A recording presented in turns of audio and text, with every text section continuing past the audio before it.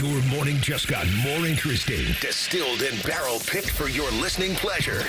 Bo Bishop, a local sports media legend. What William T. Sherman was to the Union Army, he is to Northern College football. A husband, a father, and middling youth sports coach. He's friends with Central Ohio sporting royalty. Talking to Ohio State Athletic Director Ross Bjorken. Coach Day walking on with us right now. Good to see you, buddy. Good buddy, Austin Ward. My good buddy, Tim May, the Tim May Show. The great Doug Lavery's joining us. Hi, everybody. Dom Tiberi here. Reese came in and he handed me papers. Yeah. And then he said, "You see that button? That's the only button you need to worry about. Don't touch. There's 8,000 buttons in front of me." Oh, I didn't know what he was talking about. The one that says on. We blew the budget on this imaging, and only two guys answered our ad on Craigslist. Ryan Baker and,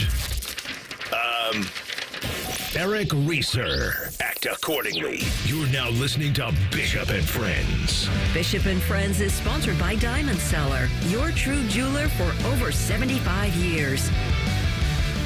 It's first week of summer. Boy, does it feel like it. You hear that rolling down the hallway. It's the AV cart. Happy Monday, everybody. Eric Reeser, Ryan Baker, Dylan Gonzalez will serve as your substitute teachers for the week on Bishop and Friends. Except I'm off Friday, so this is Tuesday for me. But happy Monday to you, Baker. How was your weekend? It was great, and yeah, we jumped right into the furnace, didn't we? I'm going to talk about this a little later. Yeah, if you hydrate today, hydrate more.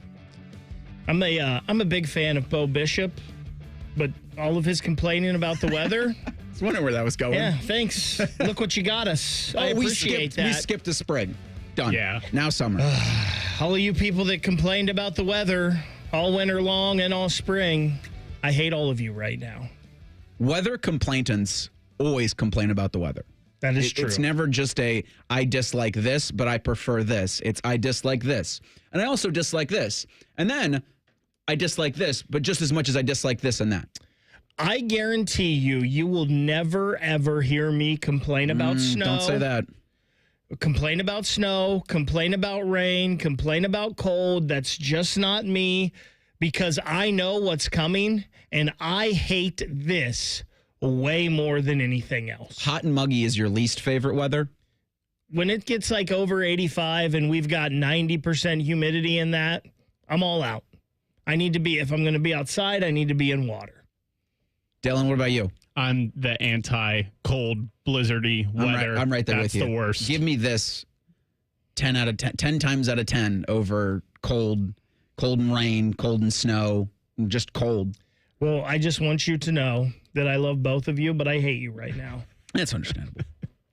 We got a busy show for you today. As you heard in the update, the Thunder NBA champions for the first time in franchise history. So we'll do that in the first hour of the program. And then Wes Goldberg, who does the Locked On Heat podcast and covers the NBA for RealGM.com, will join us at 11:30 to talk about last night's game, some implications of SGA and the Thunder winning the Larry O'Brien Trophy, Tyrese Haliburton, and just a horrible break for him, for the Indiana Pacers, and then Kevin Durant joining yet another team.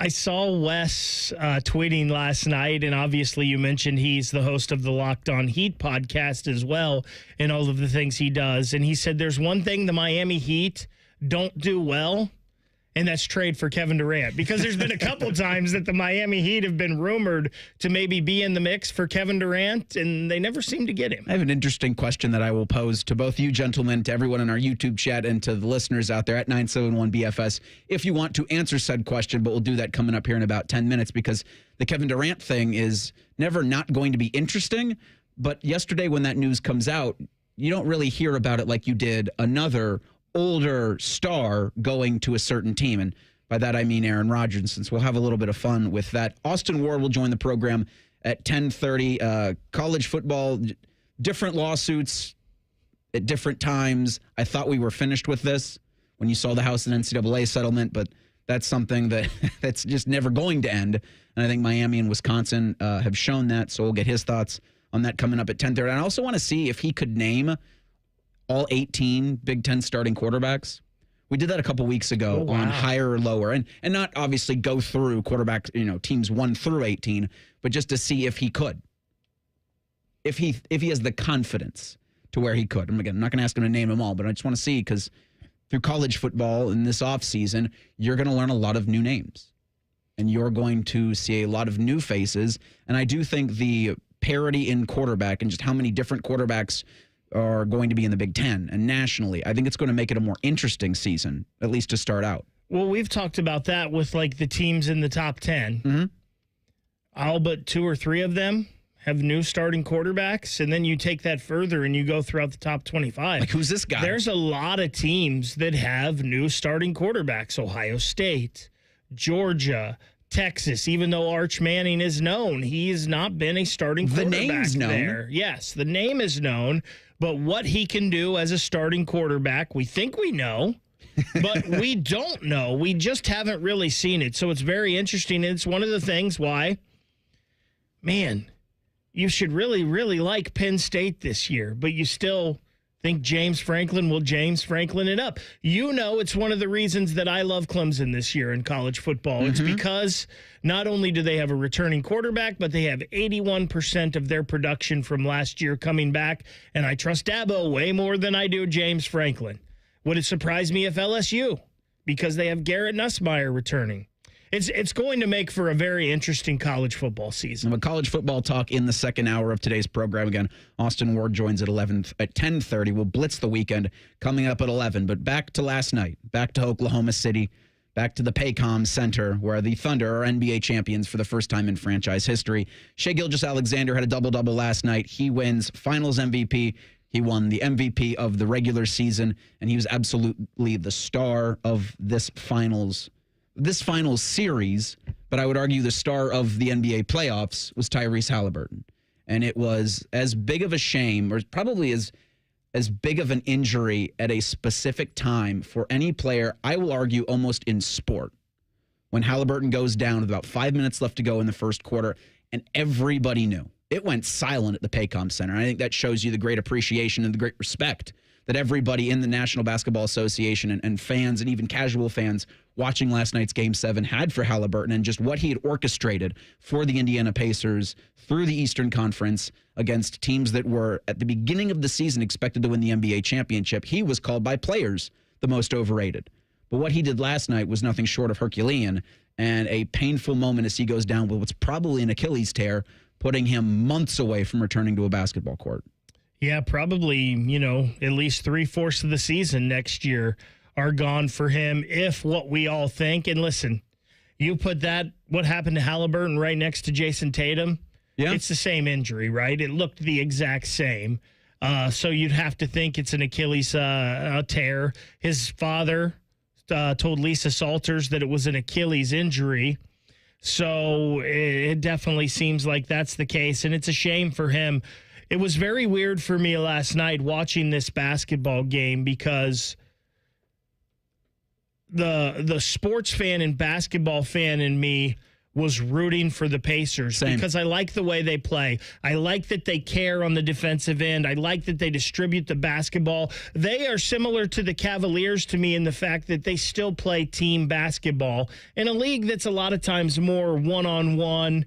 Just one guy comes down, takes it off the dribble, maybe one pass and shoot. They actually run offensive sets, it seems like. And I enjoyed watching the Pacers the couple times I did throughout the playoffs. Now, my wallet was rooting for OKC. So I'm like, what are we doing, OKC? Come on. And I'm like, man, the Pacers are really showing a lot of guts. And then after Haliburton went down, they continued and actually, had a lead at half. And it was like, wow. Could they really do this without him? And then, the attrition took in the second half and OKC took over. And, as that third quarter went on, I told you I went to bed when the third quarter ended, because I was like, they've got a double-digit lead, and I just can't see Indiana coming back without their star player. But I know a lot of people dislike the Pacers, especially around here, and a lot of people don't like the villain that Tyrese Haliburton has kind of embraced. I got to say, I kind of like it. Yeah. They're a fun team to watch. I was absolutely rooting for the Pacers last night. I am a Tyrese Haliburton fan, despite still being bitter that him and the Pacers punked the Cavaliers. And I do think for NBA fans in this listening area, the Cavaliers fans, others are probably just fans of the league as a whole. And I do hope that the numbers reflect just how compelling I thought this NBA Finals was. Like, this was, I thought, tremendous basketball overall. I thought it provided great moments. The Pacers and the Thunder, the series, it was an awful moment, Haliburton going down, but just that whole game after he goes out, you even had, I think it was, I forget who's on the broadcast with Mike Breen, but he had even said that it looked like it was the Thunder that were responding poorly to Haliburton going down, where you had the Pacers kind of playing with a lot more energy because they know they needed that. They needed to win for Tyrese. And then it was the third quarter where you see Oklahoma City outscore Indiana 34-20. Richard Jefferson was the player who was on with Doris Burke and Mike Breen last night. He was like, it looks like the Thunder are the team that's being impacted by Haliburton's injury, but then they go on to pretty much close things out in the third and the fourth quarters, and you had Shai Gilgeous-Alexander show why he was very deserving for the Thunder of being their MVP. And the thing that happened with Haliburton and all that, that's obviously going to be a story. Let's not let it overshadow what Shai Gilgeous-Alexander has done this year. And I don't know, like, we talk all the time about the face of the league. I don't know if Shai, that's something he wants. He doesn't seem like he really has the personality to go out there. We've seen him on commercials and whatnot, but players to win an MVP and a finals MVP in the same season: Michael Jordan 4 times, LeBron twice, Larry Bird twice, Tim Duncan, Shaq, Hakeem Olajuwon, Magic Johnson, Moses Malone, Kareem Abdul-Jabbar, Willis Reed. That's some of the best that's ever played. He averaged 32.7 points in the regular season, 30.3 in the finals.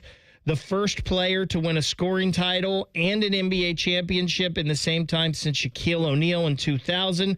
The only others to do it: Jordan 6 times, Abdul-Jabbar, George Mikan twice, and Joe Fulks. And then the only other player to accomplish the triple crown of scoring champion, MVP, NBA champion in the same season: Jordan 4 times, O'Neal, and Abdul-Jabbar. You're putting your name in some rarefied air with what he's done this year. Yeah, and here's SGA on being named Finals MVP and League MVP in the same season. It's hard to believe that I'm part of that group. It's hard to even fathom that I'm that type of basketball player sometimes. As a kid, you dream, and every kid dreams, but you don't ever really know if it's going to come true. And I'm just glad and happy that my dreams have been able to come true, and that's a thank you to everyone that's been in my corner that's helped me get here. I wouldn't be able to have done without them. They know exactly who they are. So, yeah, it's a win for the family. Some more history by SGA and OKC and what Haliburton's injury might mean for the NBA in terms of how long this damn season is. We'll do that next. It's Bishop and Friends on The Fan. Big Voice Guy here to remind you that you're listening to The Fan, Ohio sports destination. Okay, thanks. I have 3 more seconds. Bye-bye. Men, the summer is here. Longer days, warmer nights, and romance in the air. Intimate dinners, walks on the beach, dancing in the moonlight. But if you have erectile dysfunction, you know it can ruin romance, both for you and the one you love. This is Jeff for Tri-State Men's Health. And if you have ED, don't let another summer go by without getting treated. Because intimacy is one of the greatest things in life. And fear of not being able to perform should not be something you have to deal with. At Tri-State Men's Health, we're ED experts. We've successfully treated tens of thousands of men. Our protocols work when others don't, and we have treatments that are effective in well over 90% of cases. You could even last up to an hour or more and perform like you haven't in years. And for a limited time, we're offering new patients a free first visit to help you get back to feeling like the man you're meant to be. This includes blood work, a medical consult, and if medically advised, a test dose. Call 800-900-9654 or go to tristatemenshealth.com. We have 2 convenient Columbus area locations in Hilliard and Westerville. I need a small order of sheet metal to repair something in the shop. It's not much, but can you help me out? At Metal Supermarkets, no order is too small. Wait, really? Yep. What about small home projects? Yep. For a car I'm working on? Yep. Any kind of metal? Yep. Cut to size? Yep. With no minimum order? Yep. How about 1,000 cut pieces of aluminum flat bar? Yep. Choose from over 8,000 types, shapes, and grades of metal in any quantity you need. And yes, we're serious. Any metal, any size, ready fast. Locally owned on Wilson Road.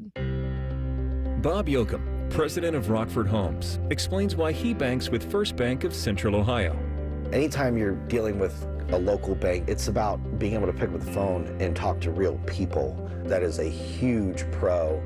You know, when you get into these bigger banks, that doesn't happen. Experience what it's like to be first at First Bank of Central Ohio.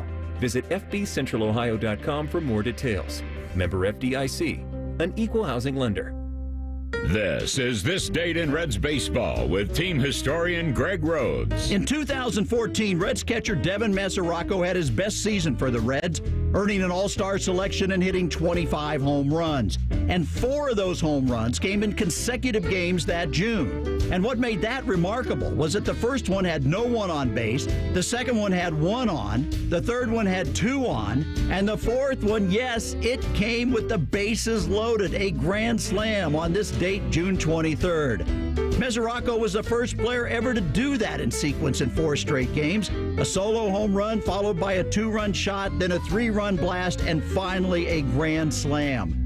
A unique record for the Reds' young catcher, capped off on this June 23rd, this date in Reds baseball. This Date in Reds Baseball is brought to you by the Cincinnati Reds Hall of Fame and Museum, presented by Dinsmore. Celebrating greatness, preserving history, providing inspiration.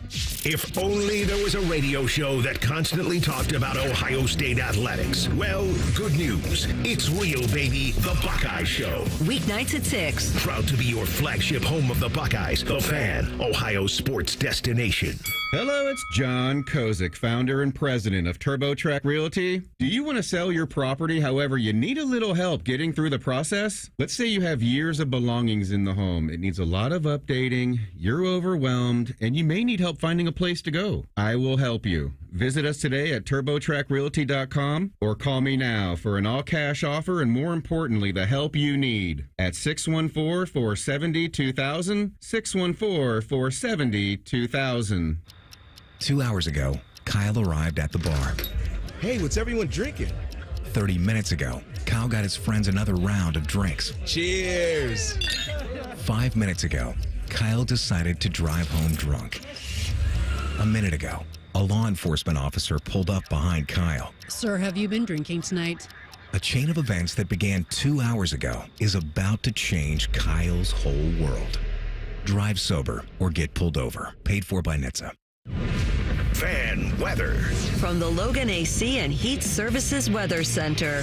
I'm meteorologist Aaron White with your 10 weather impact forecast here for today. On your Monday, we're tracking plenty of sunshine, another hot one.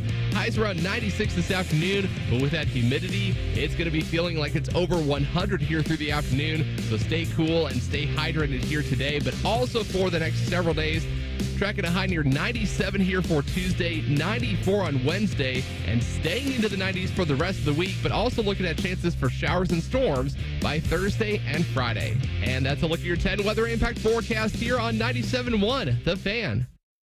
Question from a listener: do you dopes ever get tired of talking about Ohio State? No. The Buckeye Show. Weeknights at 6. The Fan. When General Sherman marched through Georgia, he was listening to this show. Use your skills for good, young warrior. This is Bishop and Friends. I don't think we've seen an official word about Tyrese Haliburton's Achilles, but his dad did tell reporters after the game that it was a tear. Before game 6, I believe it was, you had Shams Charania on the ESPN broadcast saying that doctors told Haliburton that that's an injury, the calf strain, you miss a couple weeks for. And you're just icing it, and you're not trying to do anything. But because it was the NBA Finals, Haliburton said, "No, bleep that. I'm going to play." And while he was, I think, a liability in Game 5, and they needed him if they were going to make this an NBA championship for Indiana and the city of Indianapolis.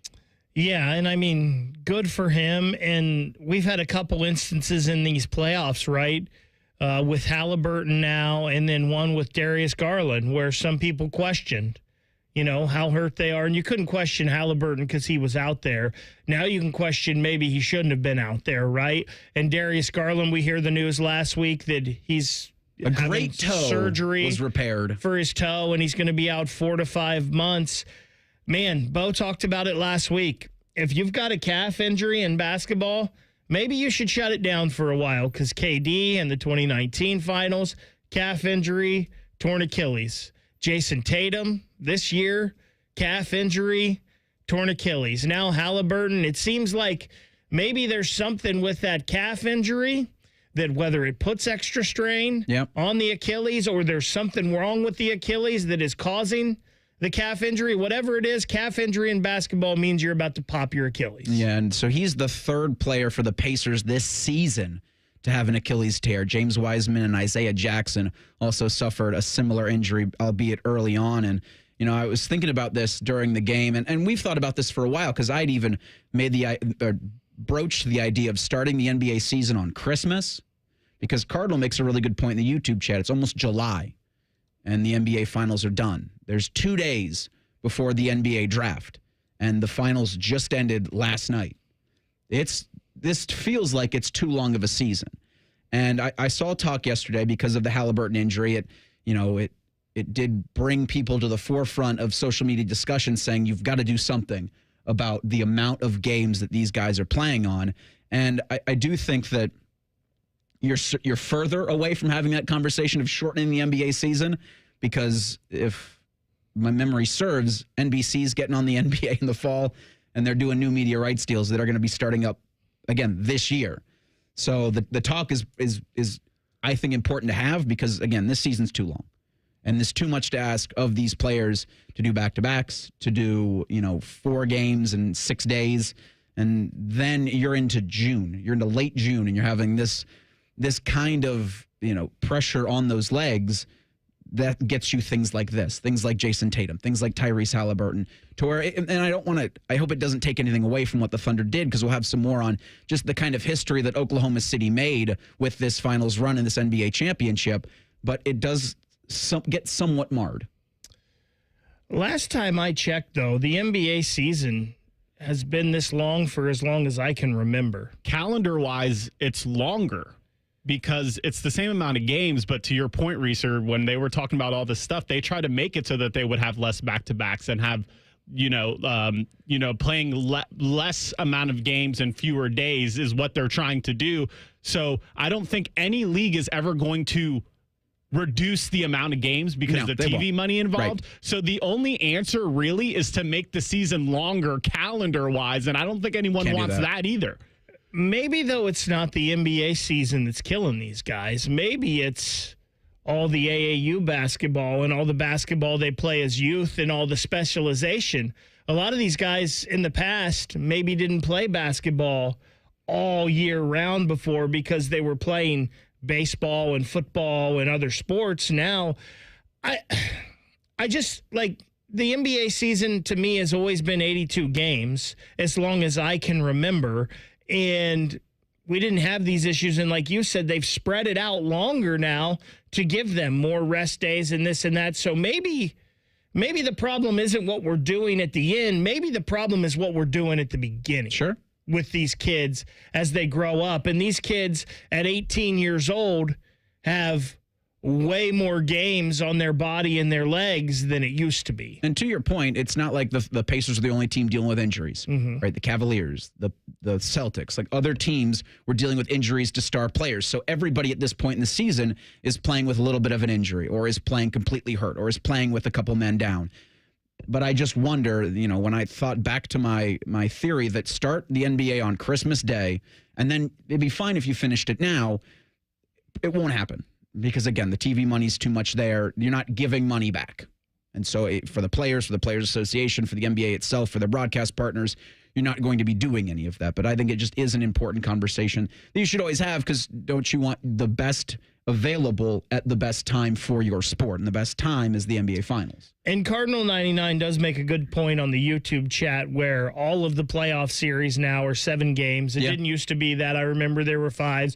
You have these playoff games, and this is something where we're not going to pay attention to it, but with college football, we're going to be coming into these, right? These uncharted waters where we just don't know. And you want to have 3 versus 6 and 4 versus 5. And these big conferences have a play-in tournament to get into the playoff. And we're going to have these kids playing 18 games and this and that. You're going to have things like this that probably pop up. And again, this Thunder team is dope. And Oklahoma City's not going anywhere for a long time. They've actually got 2 first-round picks coming up on Wednesday. They pick at 15 and at 24. So what you saw yesterday with Kevin Durant, how I think Houston sent 5 second-round picks. Like a lot of these are just assets to send for players. Oklahoma City might be doing some dealing, maybe not before the first round on Wednesday, but maybe sometime in the offseason. They ship those picks to do something like that. But it's just interesting to see now you have Phoenix with 10 and 29. So the Suns do pick up that 10th overall pick. They also acquire in the deal for Kevin Durant, Jalen Green, Dylan Brooks, and those 5 second-round picks from the Phoenix Suns. Does Kevin Durant to Houston, do any of you care? I know I don't. And we were actually on the air yesterday, Matt Fontana, I, and Dylan, when this news broke. Dylan actually got in my ear right as we went to a break and said, hey, they've just made this trade. And when I first saw it, and again, I understand we've talked about this, draft picks in the NBA don't really seem like much anymore. They just pass them all around to the next person. But I thought, man, that kind of seemed like a lot to give up for Kevin Durant to me, because I feel like Jalen Green is on the verge of maybe becoming a superstar in this league at just 23 years old, so 13 years younger than Kevin Durant. And I know a lot of people don't like Dylan Brooks, but I feel like Dylan Brooks is a valuable piece to a team. He's a guy that will do a lot of the dirty work, get under the other team's skin, and maybe mess with their headspace and their emotions on the court. I just don't know what you get from a 36-year-old KD anymore. Now they kind of, Dylan and Matt kind of made me change my initial perspective on that a little, because they still said that KD's the best player in this deal, and he's still a guy that can get quick buckets, and that's what Houston needs. But my initial reaction to this was, man, I don't feel like that's a great trade for Houston. Reeser's question was, do you care? And I feel like the common sports fan does not care, because how many times have we seen this movie of Kevin Durant getting traded to a contender and now they're going to be the team to beat and yada, yada, yada. I think it's going to be the same thing. There's going to be some hype around it.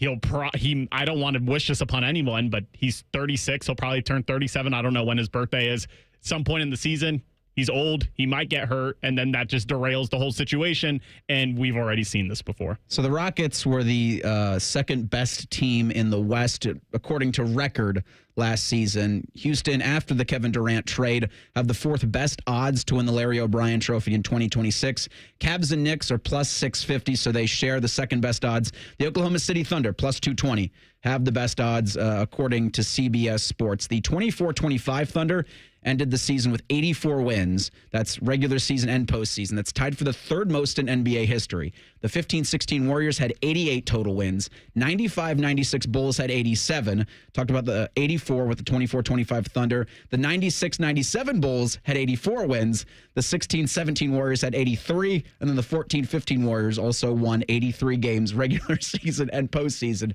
So some rarefied air with a team that I think I called dope earlier in the segment. The Thunder are not going anywhere. In 2 minutes, something that doesn't seem to be going anywhere for one former Ohio State head coach and probably a lot of you Buckeye fans out there. It's Bishop and Friends on the Fan.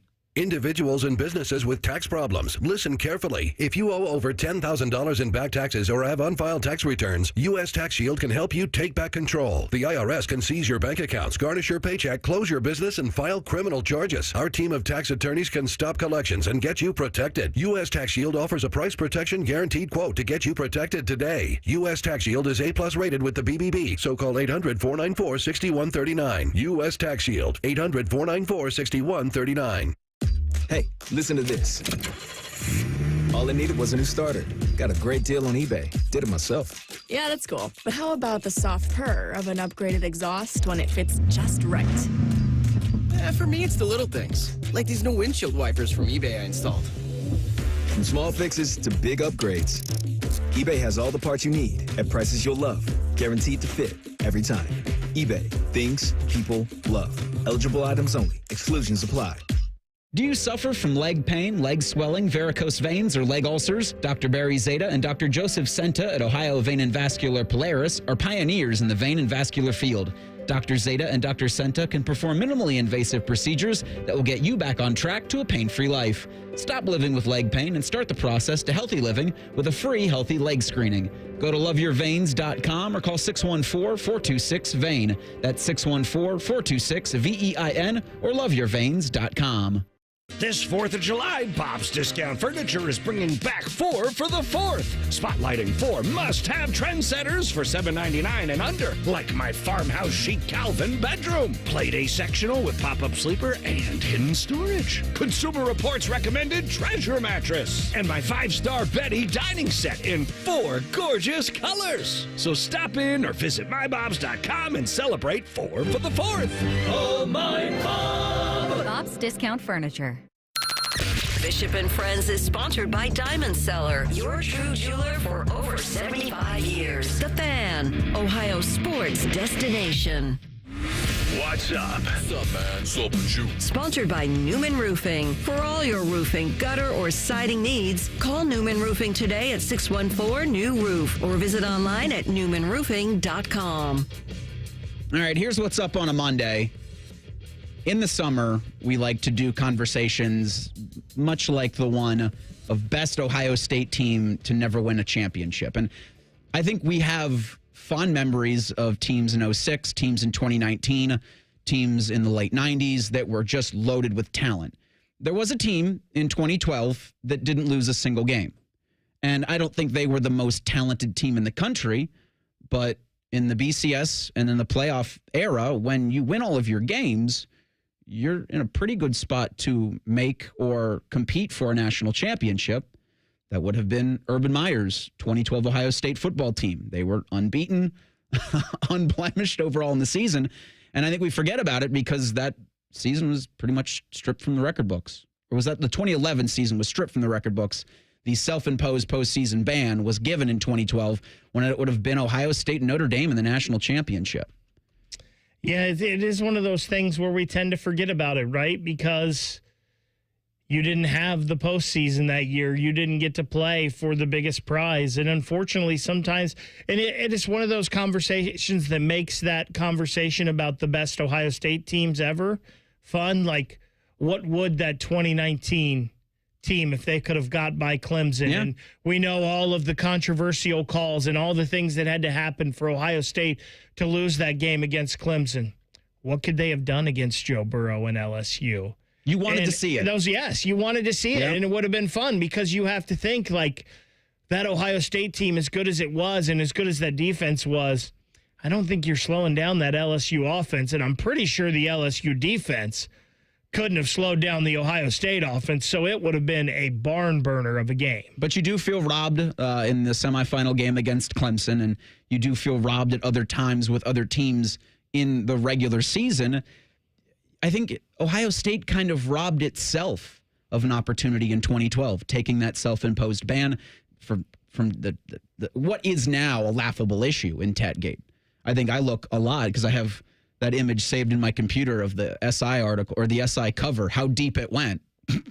Like, that's the reaction it gets from me every time. If I could ask Gene Smith one question and he has to say the truth, it would be, why didn't you do the bowl ban for the Gator Bowl the year before where they went 6-7, I believe was Ohio State's record in 2011. For me, the ultimate what if has always been the 2012 team. And maybe we can ask Austin about this later. A couple of weeks ago on the Buckeye Show, he came in with a hot take that 2019 team not only would have won the national championship, but would have blown out LSU in the national championship game. So that's Austin Ward's take. Maybe we could ask him about it later, but he was very passionate on the reasons why he thought OSU was the best team in college football in 2019. And it's interesting, that 2012 team, if you go back and look at it, right? Oh, I did. They start off at 18 in the country, and they get their way all the way up to 4 when they beat Michigan at the end.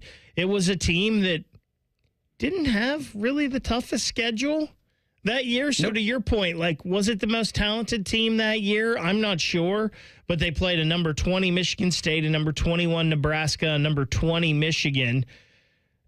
It's just one of those things, yeah, you'd like to have the shot, right? Mm-hmm. But it's just like to have the chance. But again, like, that was Ohio State's fault.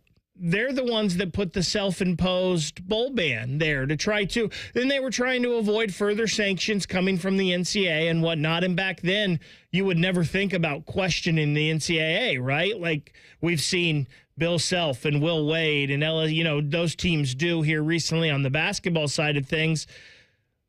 But yeah, it's just kind of interesting. What would have happened? And another thing too is Braxton Miller. What if he wins a national championship? We talked about a couple of weeks ago on the show, Troy Smith and his perception of OSU quarterback from not winning that national championship game against Florida. What if Braxton gets a chance to play against Notre Dame in that national championship game?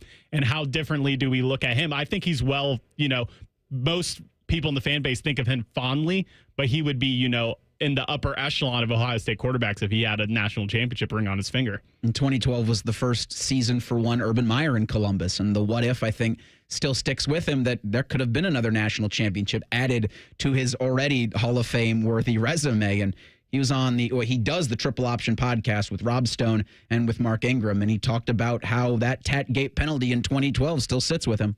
Jim Tressel, who I know well, once again, I know this case because I lived it. I was hired directly after Coach Tressel resigned. And on a competitive scale, it's one. There's no competition, competitive advantage. There were some players that were trading, from my understanding, which I do know, they were trading memorabilia for tattoos. So competitive advantage, 0 or 1. There's nothing there. Was it wrong? Yes. Jim Tressel was accused of lying, and what I understand is that the accusation was that he signed a letter like we all had to sign back. I don't know if they still do it, that say you're not aware of any violations. And he was aware of this. He ended it. And as a result, so I think it's a 1, but the inconsistency of that penalty is, to this day, still bothers me. That's really the inconsistencies of the NCAA. And what was then, to your point, Baker, a body you did not want to run afoul of. And as you went further into the decade, you got closer to 2020, it felt like everybody was running afoul of and didn't really care what the consequences were going to be. It's like, well, okay, you have these accusations. You have this notice of allegations, and we'll just prove it. And you'd wished now Ohio State had gone that route and said, all right, prove it. Or we're gonna see that, but we're going to ignore you. Or what has been prevalent, we're just going to take you to court. Probably win the court case. And it's interesting listening to Urban Meyer there, and he talks about the penalties that did come down with the 5-year show clause for Tress, the $250,000 fine and all that. But the one thing the NCAA didn't do, and who knows, maybe that was because Ohio State was proactive, but again, Ohio State didn't play in the postseason in 2012 because Ohio State self-imposed a bowl ban. That was not from the NCAA. So it's interesting, Urban Meyer kind of blaming that on the NCAA. And again, we don't know. Maybe they would have. Who knows? But that was an Ohio State self-imposed penalty. I also think it's interesting he has that take because that's what led to him getting the job here. So for him to be like, is there an Urban Meyer Ohio State head coach without Tatgate and the consequences that followed? Yeah, because I'm big in the in the what ifs. I wonder. I don't think Ohio State would have been as successful in the 2010s as with Jim Tressel as the head coach. Sure. I think Urban Meyer was like the perfect time, perfect place situation when he came to Ohio State. So even though we look back and we're like, oh man, probably would have been national champs in 2012, I feel like the success that followed, the birth of it was Tatgate. Because it's really introducing the golden era of Ohio State football. Yeah. And so that kind of swinging door moment, you don't have Urban Meyer here at Ohio State, in my opinion. If Tressel's allowed to, stay on and then continue to have a couple more years of probable success. Now, does Urban take another job? Maybe does something else open up? And then what's that look like? Because I think to the point Bo makes a lot about programs and where they are currently, or where they are in terms of being one hire away, is could Urban go to Happy Valley, or could Urban go to Los Angeles and turn USC or turn Penn State or even turn Arkansas into a national championship contender, or turn Notre Dame into a national championship winner? It's only the most fun you can have in a summer, but it was just very interesting to hear Urban's comments on probably something he thinks about a lot. And it's one of those things where you look back, right, and you're like, everything happens for a reason type thing. Yeah. Like, if it didn't play out the exact way it did, Urban could have ended up in Notre Dame, or he could have ended up in Michigan. He could have ended up wherever else, but it just so happened he quits Florida the year before. This comes down with Ohio State. They decide they have to get rid of Jim Tressel. Urban's sitting right there. It was the unanimous, number one hire. Like we talked about with Ron Rothman and Ice the other day. They had Jim Tressel on when they were out at the GG's golf outing. And, Tressel wasn't a unanimous hire. And when Tressel was hired, a lot of the fan base wasn't all in. Like a lot of the fan base wanted a Glenn Mason or a Walt Harris or a Mike Bellotti. John Gruden, they talked about, was a name. There were a lot of names out there, and almost all of them were bigger than Jim Tressel. But Andy Geiger went with his gut and went with Jim Tressel. Urban Meyer was a no-brainer hire for everyone. Yes. There was one guy for the job, and that was him. And for in the last 50 years, there has been no let-off from any coaching hire. I mean, Luke Fickell, but that was a transitional phase that brought us, I think, very much so to where we are now with the NCAA and where it was then in 2011 and 2012 and where it is today in 2025 with the emergence, we think, of a college sports commission. How's enforcement going to go? Urban Meyer weighed in on that. We'll have that for you next. It's Bishop and Friends on The Fan. All the 10 TV people come over to our side of the building to take a deuce. That should tell you something about how we operate. The Fan. Get Eco. ECO. Hey, Jerry, I think I invented something. Does it solve a problem? It solves a big problem. Get Eco. ECO. Heating and cooling companies are telling people your furnace and AC isn't worth fixing. You need to replace it with a whole new system. You invented a solution for that? I invented a way to fix those systems for free. Get Eco. ECO. That's a great invention. How does it work? Step 1 is to pay Eco to fix it. I thought you said you'd fix it for free. Step 2 is that we give you back all the money that you paid us, up to $1,500 when you get Eco to replace it. Get Eco. ECO. What if your repair keeps my system running for several more years? That would mean you got all those extra years for free. Paying Eco to fix your AC system is like putting money in the bank. Get Eco. ECO. Get Eco. ECO. Get Eco. ECO. Eco plumbers, electricians, and HVAC technicians. GetEco.com. This is Joe Cordell of Cordell & Cordell. Cordell & Cordell is the largest family law firm in the country with over 35 years of helping clients navigate divorce. That does give us certain advantages, for example, in experience and resources. But being big doesn't mean less personal or less local. Our attorneys live and work in your community, and as neighbors, they understand the challenges your families face. If you're a guy facing divorce, remember, Cordell & Cordell, a partner you can count on. 10 West Broad, Columbus. CordellCordell.com. Breaking news, and this one is almost unbelievable. Yeah, it's all about new customers at Bet365 because they get $150 in bonus bets when they bet $5, win or lose. And even better, bonus bets can be used on the spread, totals, and player props. There you have it. Bet $5 to get $150 in bonus bets, win or lose. And see why it's never ordinary at Bet365. 21 plus only. Must be physically located in Ohio. Gambling problem? Call 1-800-GAMBLER. T&Cs apply. Available in app only. Hi, Zoe Saldana. Welcome to T-Mobile. Here's your new iPhone 16 Pro on us. Thanks. And here's my old phone to trade in. You don't need a trade-in. When you switch to T-Mobile, we'll give you a new iPhone 16 Pro. Plus, we'll help you pay off your old phone up to $800, and you still get to keep it. There's always a trade-in. Not right now at T-Mobile. I feel like I have to give you something in return for karma. That's okay. I don't really have much in my purse. Oh, let's see. Hand sanitizer. It's lavender. I'm good. Seriously. Let me check this pocket. Oh, mints? Really, I'm fine. Oh, I have raisins. I'm a mom. Wait 1 sec. I've got cupcakes in the car. It's our best iPhone offer ever. Switch to T-Mobile. Get a new iPhone 16 Pro with Apple Intelligence on us. No trade-in needed. We'll even pay off your phone up to $800. With 24 monthly bill credits, new line $100 plus a month on experience beyond finance agreement $999.99 and qualifying ported. For well qualified plus tax and $10 connection charge. Pay off via virtual prepaid card below 15 days. Credits end and balance due if you pay off early or cancel. See T-Mobile.com.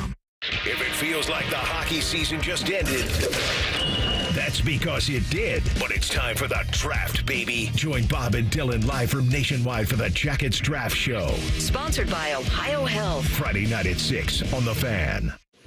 Progressive knows there are two things RV owners love: to travel and relax. And they like to take both nice and slow. Just like this commercial. And what's more relaxing than the peace of mind knowing their RV is protected by Progressive? Now here comes the fast part. Progressive Casualty Insurance Company and Affiliates. For more than 75 years, University of Maryland Global Campus has given you the opportunity to build your next success. Choose from more than 135 degree and certificate programs in career-relevant fields like business, healthcare, data analytics, cybersecurity, and more. Plus, we offer 100% online and hybrid courses, personalized advising, and lifetime career services. Learn more at umgc.edu. Certified to operate in Virginia by Chev. All your favorite fan shows are available when you want them. Head to 971thefan.com and hit that subscribe button. The Fan, Ohio sports destination. Producers, co-hosts, friends, some of those things are true. You're listening to Bishop and Friends. Yes, you are. Reeser, Baker, Dylan rolling along on a Monday fun day edition of the program. It's going to be hot outside. So if you've applied sunscreen, maybe apply a little bit more. If you're drinking water, drink a little bit more. Stay hydrated. Stay safe out there. I think we're going to get temperatures that feel like 100 degrees today and tomorrow. So spring just didn't happen, is what I'm being led to believe. So I feel like in the producer studio over there, we always talk about it's warm. Yeah. I feel like it's hot. Everybody always says it's cool in here. I feel like it should be cooler today. I don't feel like it's that cool in here. Colder in here? Yeah. I need it cooler in here. So I don't, I've believed this since was it 2021? We might have, I think it was January 2021, we moved into these studios from our studios in the brewery district. And ever since then, it's been about the same temperature in this room since we moved in here. And so I think that little thermostat on the wall is just for show. Work. It's just there for show. It's just there. You can push the button up and down all you want, but it will not change. And there is definitely not one in the producer studio where Dylan is, because I would always be turning it down if that was the case. And it's hot in there because you've got like 13 computers, 15 different servers that are always humming.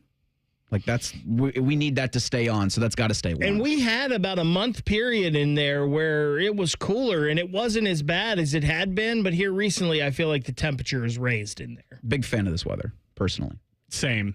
Baker, your take from earlier is You guys can have it. So we had heard Urban in the last second, Urban Meyer, talking about what he still thinks to this day about what happened in 2012 with Tatgate, with the self-imposed postseason ban for that 2012 season in which the Buckeyes weren't world beaters, but they were undefeated. And in the BCS era, unblemished, unbeaten Ohio State makes the championship game. You kind of wonder now what enforcement's going to look like from a college athletic standpoint. The NCAA, I feel, has no interest anymore in enforcing anything. They would just like to run their basketball tournament and then take the money from everything else, and then just exist and just keep existing as I don't even know if legislative body, an administrative body for the rest of college athletics, and kind of let football run itself. 2 weeks ago, when the NCAA versus House settlement was approved, it established the creation of a college sports commission. Now, what that's going to be, kind of unknown. Who's going to run it? Brian Seeley, a former Major League Baseball lawyer. What his main task is, that's still very much in question, I think. Let me say this for the NCAA real quick. And I think they're kind of finding this out now as they're going through all this process. And the NCAA was not proactive on things. There's no doubt about that. They found their niche that worked for a while. And I think it was weaponized incompetence. They didn't want to change that, right? And they didn't want to adapt with the times and whatnot. It's a lot harder, though, to sit back and throw slings and arrows at the guys that are running things than to actually step up to the plate and help run them. And I think they're realizing now as they're trying to get into this and they're trying to change and they're trying to move a little away from the NCAA, this is a lot harder than they think. Yes. There's a lot of things to do. I hear this all the time with people complaining about organizations. Well, all I hear you is telling me what all the problems are, and chances are we already know that. Why don't you step up to the plate with a solution sometimes? And I think as they're doing this, they're going through all of this, and part of this is the NCAA's fault for not changing and kicking things down the road. But it's a lot harder than people think when they get in here and try to actually find solutions that cover all of the bases. I agree with you, Baker. I'm no huge fan of the NCAA, but I feel like the same people that criticize them, all this time are the same people now that are like, oh, NIL, transfer portal, it's the wild, wild west. And we didn't have that until basically the NCAA was forced to kind of throw their hands up in the air and let all this happen. Nobody wants to. They just want to identify the problems. They don't want to help solve them. I do think, to the point of us talking heads, we are in no position to solve those kinds of issues. We are in no position to do anything about the NCAA. And I do think to college administrators and athletic directors, they've inherited problems of the past. But what I see right now is continual meetings and continual conferences and Zooms with nothing concrete, just we will continue to have these discussions. The July 1st deadline was set by a district court judge, and there's still been nothing in concrete writing yet of what's going to be done enforcement-wise, either the NCAA or the College Sports Commission. There's been nothing really about this College Sports Commission that you can only assume is going to be doing the bulk of what the NCAA should have been doing. But you don't know because there's not been much out there about it. And again, we are racing towards July 1st. So transparency would be helpful in this situation. And Urban, of course, being very connected, as he still is, to college athletics, did have, I think, one primary difference for the College Sports Commission and the NCAA in terms of its enforcement. The new commission, I was led to believe that there's subpoena power, and that's a game changer. There's two game changers in our world. One is subpoena power. What does that do? That forces you to tell the truth, or there's going to be some kind of criminal element to that. Game changer. You want the truth? Subpoena someone, and you have to, because if you lie, there's going to be, that's a criminal offense. And the number two thing is the unionization. Everybody signs a piece of paper, a document, not a piece of paper, a legal document that says they will not litigate. And whatever the commission decides, the enforcement or the penalty is, you take it and you move on. My understanding is that's not exactly what's happening. What Julie said, and we have to do further research on this, the NCAA currently has subpoena power, Rob. I really don't understand that. There's no teeth to it because there's no penalty.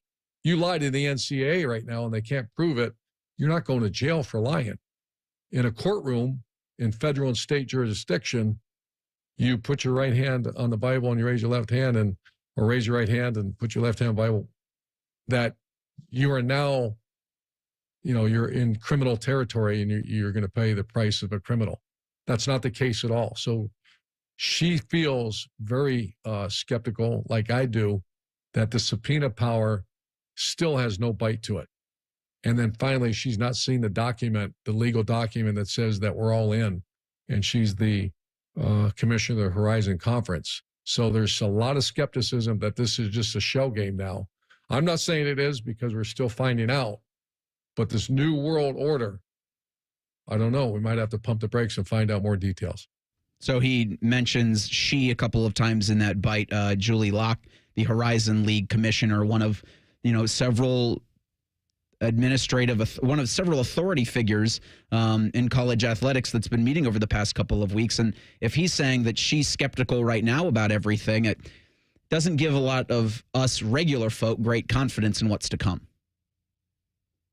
Because it's not like people have lied under subpoena before. And it's one of those things, right? Like, you think this is coming, but is it really coming? And it's all those things we talked about, right? There's a lot of things that have to be figured out, issues that most of us don't even think about, but these people are dealing with it every day, and they understand. So you hope this is the case, where you can actually have some true enforcement on some of this stuff. But it just doesn't seem like that. I've got to correct something I said with this on Urban, by the way. Sure. The question wasn't with Ohio State. They did not self-impose that ban in 2012. The NCAA did. The question was Ohio State should have self-imposed one. The year before. In 2011, the year before. So it makes sense now why Urban felt that way with that decision. So I misspoke on that. It was the self-imposing question was should they have. Yeah. They actually did not in 2012. That was NCAA mandated. Because the self-imposed penalties that Ohio State did were to avoid something like that. And the NCAA still came in and said, nope, you're banned. But that's what Urban's talking about here is they still want some kind of enforcement. Because now, if that would have happened, if that would have happened to Ohio State in today's current climate, chances are they might have thumbed their nose at it and said, oh, well, come prove it. Who cares? It's easy to say in 2025, I wish they had thumbed their nose at it because you saw what Kansas did and saying, yeah, you know what, you do whatever. And they still handed them a national championship trophy. So, again, easy for us to say now, interesting to have that kind of perspective from someone like Urban Meyer, who still has a lot of pull and influence in college athletics. So when I hear him talk about the College Sports Commission, I have a lot of the same questions and concerns that I did about the NCAA, and it doesn't seem to me we're going to be any closer to answering or solving any of this. The thing that stuck out to me about what Urban said in that last clip we played is everyone sign a piece of paper and just agree to it. Like, those of us with common sense, like, contracts and collective bargaining are intimate. Like, that's the only way you're going to get everybody to agree to the same rules and then be able to enforce those rules. Because right now, every time someone breaks the rules, quote unquote, these very loose rules, if someone just wants to be like, we don't care. We don't care that you're trying to enforce this penalty on us. There's nothing that anyone could ever do about it, because when they go to court inevitably about it, they're going to win in court. Did the shoe survive Superfest? That's next. Bishop and Friends on The Fan. We're your radio home for the Buckeyes, Browns, and all the NFL games you can handle. We may have a bit of a football problem. Oh, yeah? The Fan, Ohio sports destination. It's Leslie from Pella Columbus. I'm Wilson from that other window place. Leslie, what's that hot lamp against your window for? Pella windows are tested up to 160 degrees Wilson to ensure efficiency and the lowest energy bills possible, even in the craziest of temperatures. Put your hand on there. All right. God, that's hot. On the window, Wilson. Oh, hey, that is quite nice and cool. So I'm going to go grab some ice now. Get the window that Columbus homeowners rated #1 for innovation at PellaColumbus.com. Boating season is finally here, and Buckeye Lake Marina is your go-to destination for all your on-the-water needs. With the largest inventory in Central Ohio, you can choose from top brands like Bennington, South Bay, Crown Line, and more. Buckeye Lake Marina has it all. Pontoon boats, luxury tri-toon boats, even merch. Open 7 days a week to serve you better. Find your next dream boat at Buckeye Lake Marina. Visit BuckeyeLakeMarina.com today for all your on-the-water needs. The good life, the lake life, starts at Buckeye Lake Marina. Hey friends, Beamer here. So did you jump in on Awaken 180's Lose 40 by the 4th challenge? Well, if you did, well, a huge congratulations to you on hitting a 40-pound goal in less than 2 months. That deserves some serious celebration. Speaking from experience, I dropped double digits my very first week on Awaken 180, and in just over 3 months, all 70 pounds were gone. Total game changer for me, and the results came lightning fast. Now, if you haven't jumped on board yet, there's no worries. There's still plenty of summer left to lose your 30, 40, 70 like I did, or even 100 pounds or more. I'm not saying you're going to drop 40 pounds next week, but if you have the same week 1 results I had, you'll definitely be on your way. Set your sights in August. Think summer barbecue, golf, the beach. Every bit of it fits into your new Awaken 180 lifestyle. Lose weight, love summer, and thank me later. You can start today at awaken180weightloss.com, the official weight loss program of summer. Talking about guns might not always feel comfortable, but it could save a life. Asking safety questions before a play date, like do you have pets, a pool, are there any unlocked guns in the home, can help keep kids safe. Learn more at agreetoagree.org. Brought to you by Ohio Health and the Ad Council. Check it. Keno Double Booster is back every Monday in June. For all Keno tickets with Booster purchased between 3 and 5 o'clock, the Booster will be double. Check it. Your winnings could be boosted by as much as 20 times.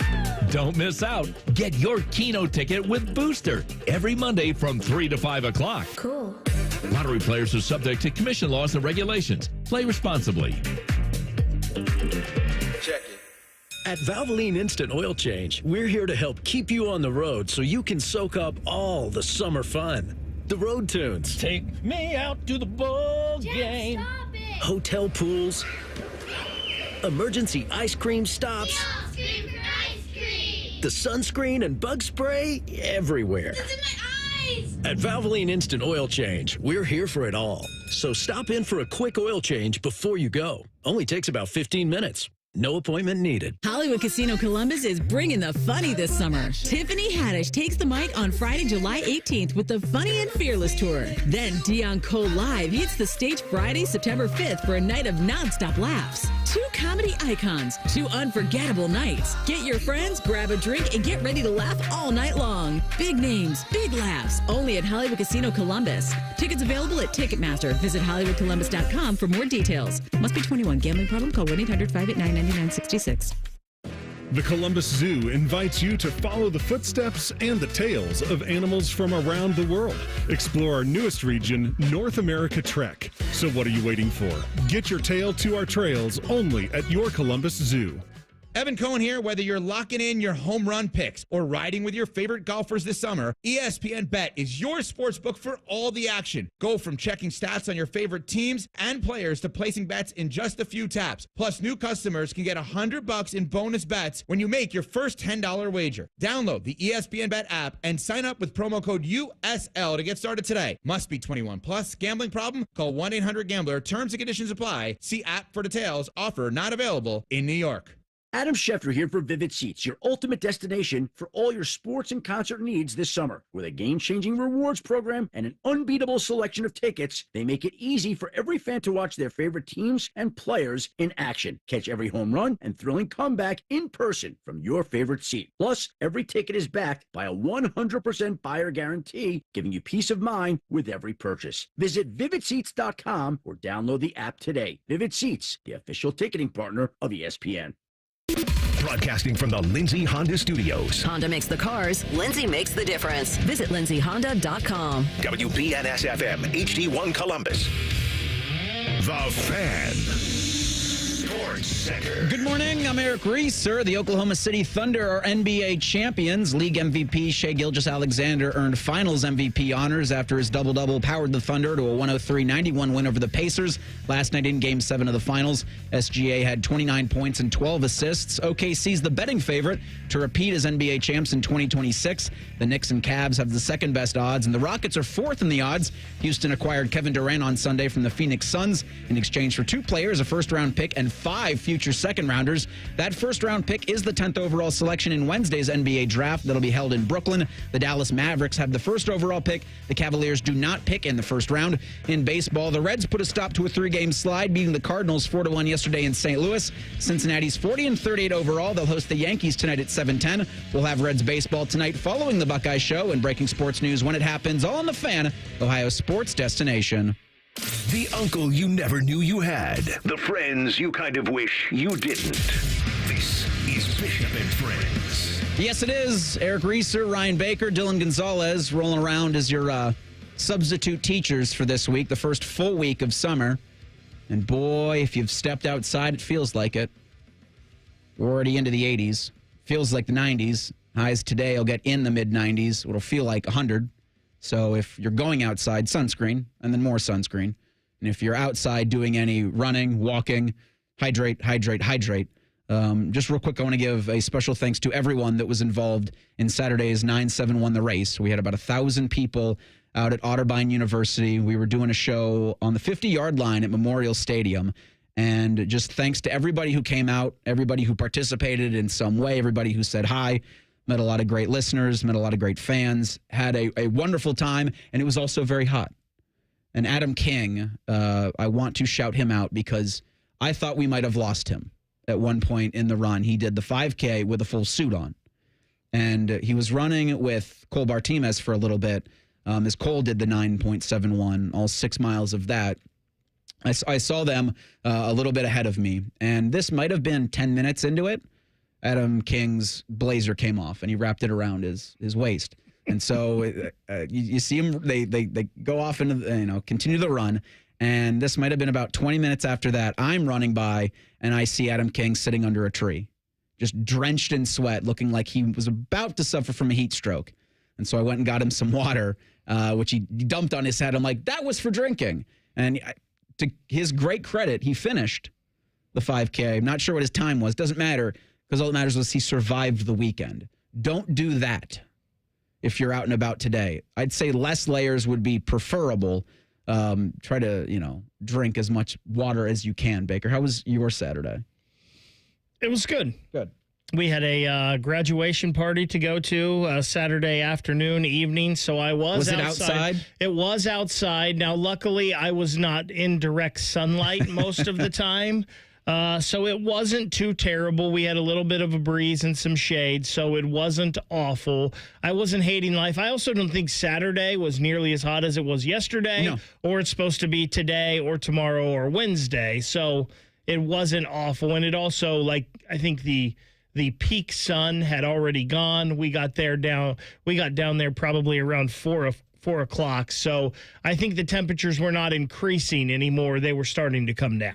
Well, I was at Buckeye Country Superfest, and I was sitting on the east side of the stadium directly in the sun, and it was a very rough Saturday sitting out there, for 5 different acts. I only saw the last 3, but I know there was a lot of people that were out there all day. There were a couple of people that, unfortunately, behind us needed some medical attention, but they ended up coming back once the sun went down. So like Reeser's saying, please hydrate, please dress accordingly, and stay safe. If you could avoid going outside today, just stay inside. I thought about all the Buckeye Country Superfesters early Saturday morning, because I think that's when they did their sound check at the shoe. And living in Grandview Heights, you can hear pretty much everything that goes on Saturdays. It's really cool during the football season when you can, during a game, walk outside and hear kind of the down and distance from the shoe.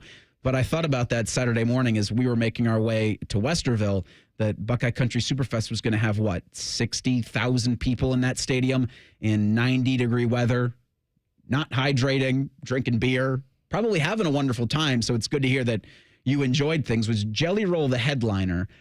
This may be an indictment on me and my musical tastes, but I don't think I had heard of anybody else in that lineup. So Kane Brown was the technical headliner. Oh. He came out last. Okay. Every woman in that stadium, plus me, were there to see Megan Maroney, though. Okay. She's super popular. She's very popular. Amongst the women. And very easy on the eyes. And she's a very, very beautiful Did lady. she put on a good show? Yes. Okay. Yeah. That wasn't the first time I saw her. I think she always puts on a good show. And so does everyone else in that lineup. And I thought more about the horseshoe. And Baker, this is just one of probably a dozen things that Ohio State's doing and going to continue to do. I think the horseshoe becomes a month. There's going to be a spectacle at the shoe almost every single month in the calendar year, because money made from Buckeye Country Superfest does go to help the insatiable beast that is Ohio State athletics. Anything you can do, right? Yeah. And it's one of the things with Ross Bjork that he's talked about, more events in the shoe like that. We had the Stadium Series game this year. Anything they can do to drive revenue to Ohio State, to the football program, to the sports programs, are things that they have to do. And it's one of the things that I love about having Ross Bjork here now, is he is a guy that seems to be kind of on the innovative edge of things. He wants to try new things. He wants to do new things. He's been at Ole Miss. He's been at Texas A&M. He's seen atmospheres and things they do at college football stadiums around the country at different places down south, where we know some of the crowds at SEC games, LSU, Texas A&M, can be really raucous. And I love that we have Ross Bjork here and that kind of thinking. I think earlier I brought up, Urban Meyer being the perfect place, perfect time, taking over for Tress, even though Tress was great. I feel the same way about Ross Bjork taking over for Gene Smith. It's like perfect time, perfect situation for this new era of college football. I feel like Ross Bjork is the perfect AD at Ohio State right now for what's to come in the future of college football. It was 2 weeks ago this past Friday where the House versus NCAA settlement was approved, ushering in a $2.8 billion settlement, ushering in revenue sharing for athletes come July 1st. And I think it was that Wednesday or Thursday maybe of the following week where Ross Bjork held court for about 75 minutes just talking about what Ohio State had planned to do to make sure that they were compliant with everything. And compliant in this instance also means with how to make money for revenue sharing, how to make sure that Ohio Stadium is one of the premier places to watch college football in the country, one of the premier places to go to an event in the country. It's the cathedral of the sport, but it's 103 years old. And so I think to his credit, you identify as much as you can things that you can fix in the moments, things like the 1912 lounge or 1922 lounge, the thing that's going into B-Deck that will make for a year-round availability that people can go and enjoy the horseshoe, stadium tours, like you talked about, the Stadium Series game for the NHL, like Buckeye Country Superfest, probably another concert going on this summer, Top Golf, but also during the football actual being played on the field, you have those suites, the new premium seats that are going to be in the south stands, the seats that are going to be on top of those premium seats, new LED boards, new sound systems, things that make it so that everybody, and I mean everybody, will put Ohio Stadium as a better place to watch the Buckeyes play football than their couch. And the one thing that I love Ross Bjork said about all this, and you mentioned the new seating lounges that we just heard announced earlier a couple weeks ago, where they're going to be moving the band from the south end zone or the south stands back into the north end zone, hopefully bringing more room for students as well. But the one thing I love that Ross Bjork talked about, and it's one of the things he said he's really enjoyed since he's gotten to Ohio State, is the history of everything. So he talks about the ramp that the band walks down. How can we incorporate that in stuff? The victory bell. What can we do to get that? Like new cool ways to involve the history. Anything you can do to better the atmosphere.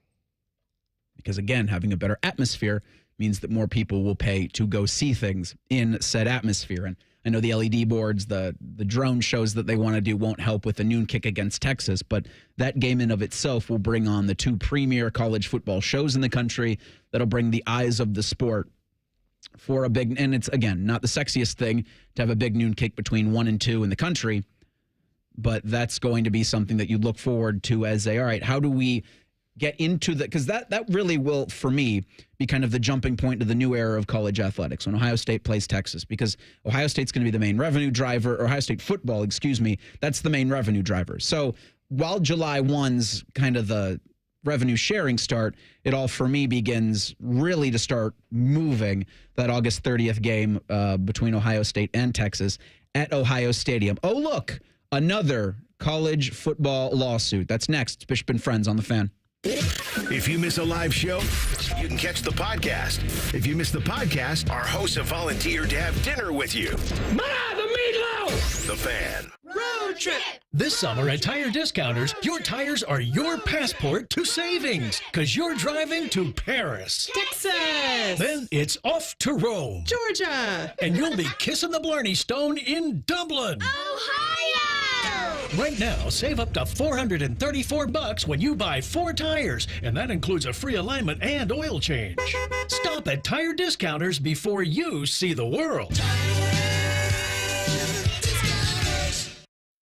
Bands are us. When dreams sunk in, bands are us. Right now, get $1,500 off a shower or tub replacement or $3,000 off a full bathroom remodel, plus low to no monthly payments. Call 380-225-BATH to schedule your free estimate or go to bathsareus.com. 380-225-BATH. Bands are us. When dreams sunk in, bands are us.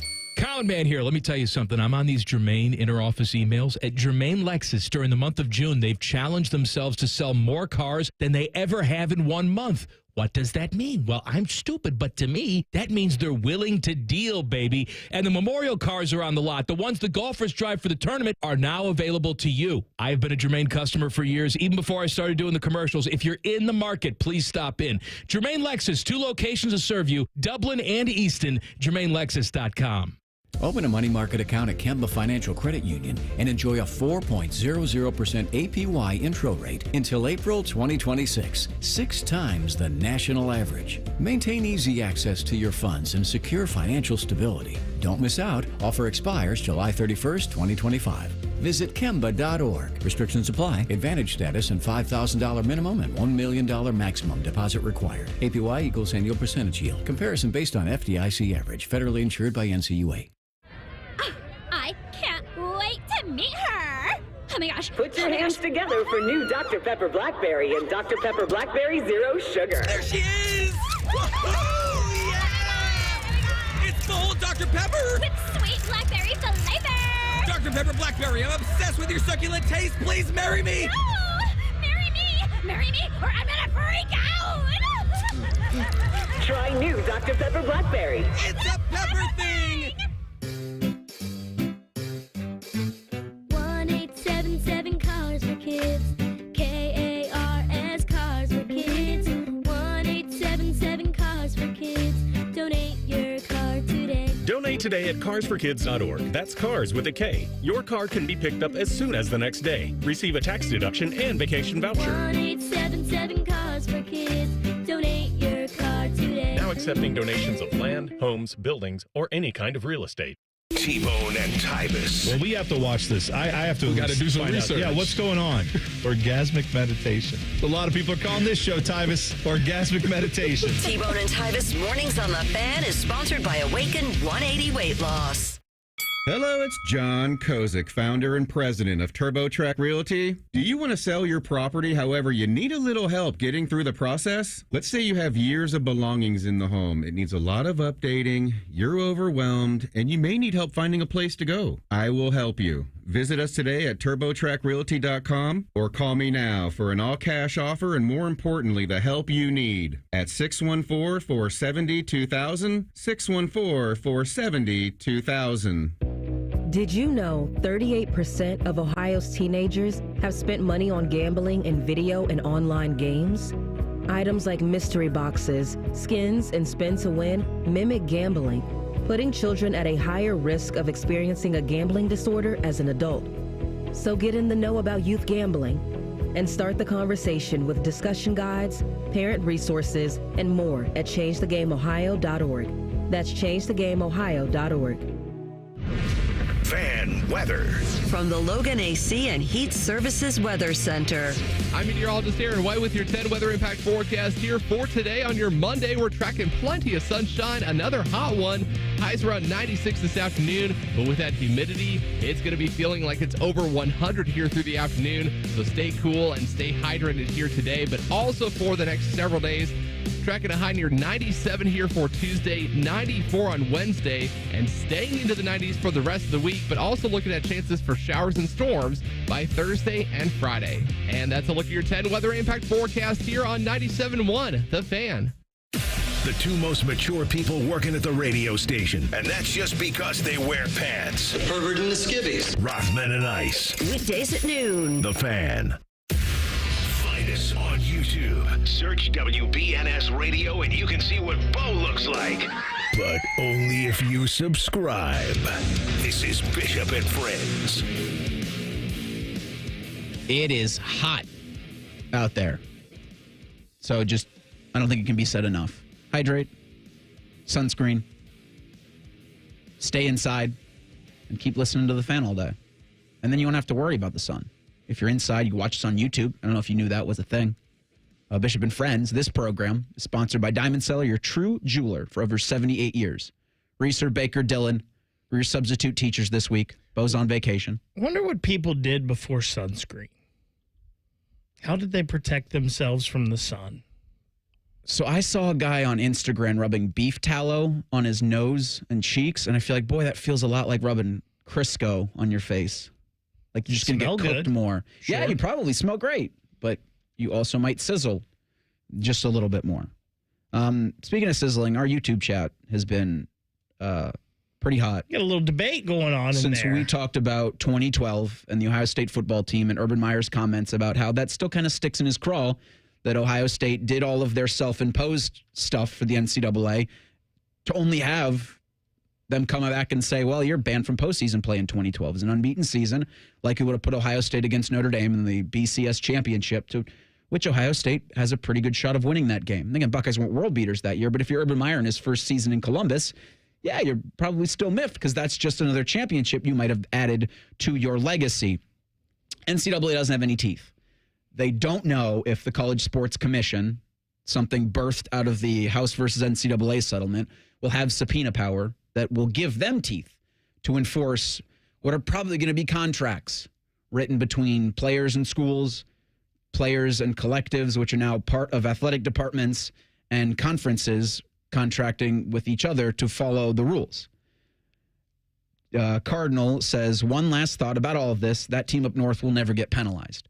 Now he means their Connor Salian sign-stealing scandal that an expected rulings coming in the next 60 days from the NCAA. They had their meeting about a month ago in Ann Arbor for 2 days, the Committee on Infractions and those cheaters up north. Nothing really came of it, but hey, wait and see. Charlie Baker wasn't present, but he said 60 to 90 days from that moment, which is, again, about a month ago. We're 29 days out from Big Ten Media Days in Las Vegas. I don't expect anything between now and then. And I also don't expect anything of real substance to come the way from the NCAA for Michigan. And I think it's deserved for Michigan kicked into the Spartan pit. But the NCAA is toothless. And so I think for Ohio State fans who are very well deserved to feel that it should be the death penalty for Michigan, you're not getting anything close to that. I wanted to bring up one more comment that was in the YouTube chat. I think it was Craig. I can't find it right now, saying we were talking about what ifs. Mm-hmm.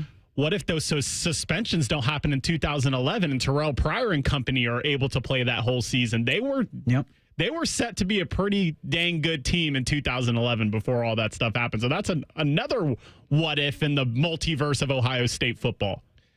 Reeser, your point about Michigan here, and I love everybody in the YouTube chat and them going at it. And I just don't think anything big is coming. No. And I don't.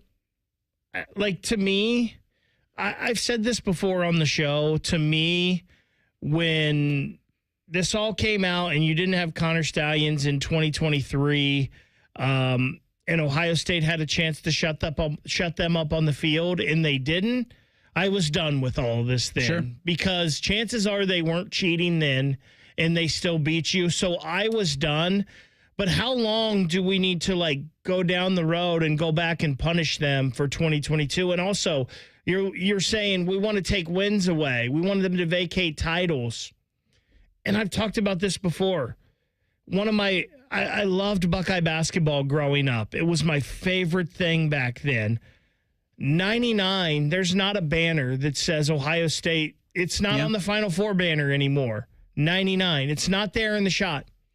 Doesn't take it away. I still remember it. It still happened.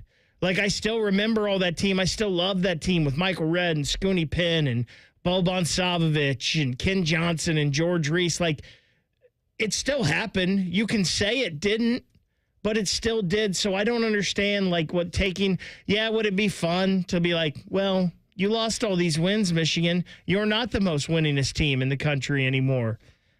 Yeah, that'd be fun because it's such a big deal to the Michigan fans, but it doesn't take it away. If you take away the 2023 national championship from Michigan, they were still the best team on the field to me that year.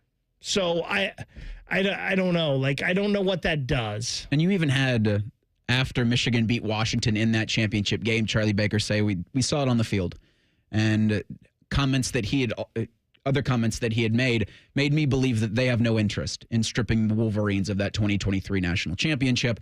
I don't believe that they have any interest in vacating any of those wins from those seasons. It's, to me, the NCAA, I think, just wants to release this. Something similar to what you saw with the House settlement. It'll come out on a Friday night. 9:30 Eastern time. It's going to piss a lot of Ohio State fans off, rightly so. And they'll have statements. Michigan will likely agree to whatever the NCAA says, and then they'll try as best as they can to just forget it and move on.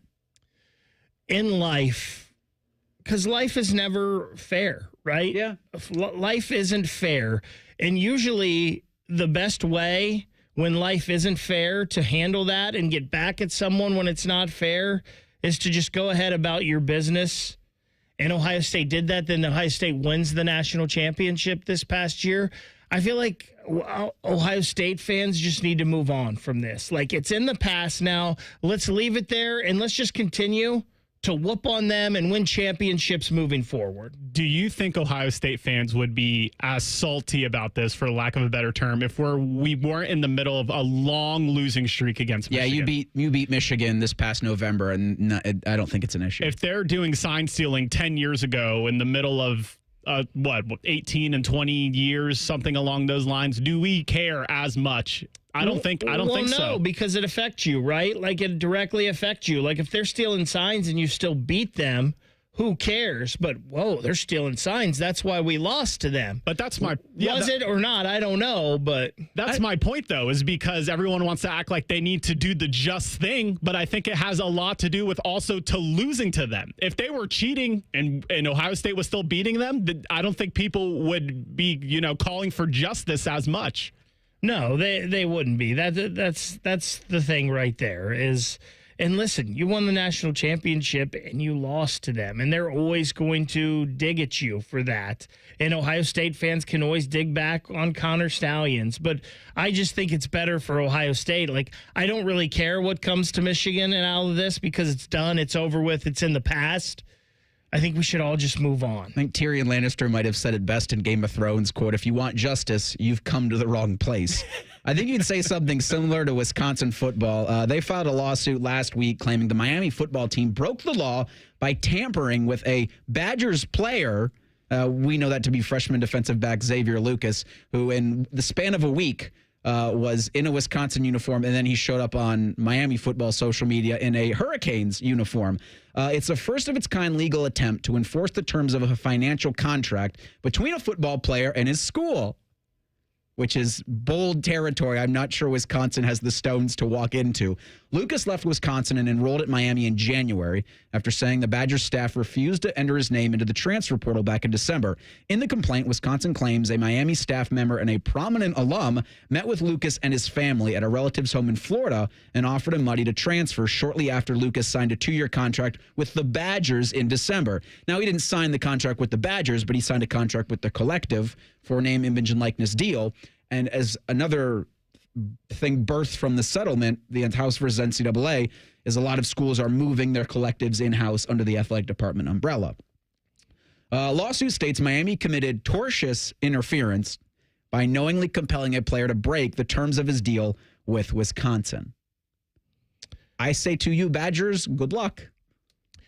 If there's one thing that I hate more than the Heat, it's government being involved in sports and the fact that they're trying to get the government involved in this.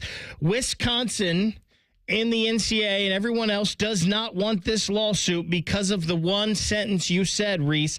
It's a legal attempt, first of its kind, to enforce the terms of a financial contract. Ooh, buzzword. They do not want this. They do not want to do, they do not want to do this suit because of that word right there, contract. We'll ask Austin Ward about this and many other things in regards to college football coming up in 2 minutes. It's Bishop and Friends on the Fan.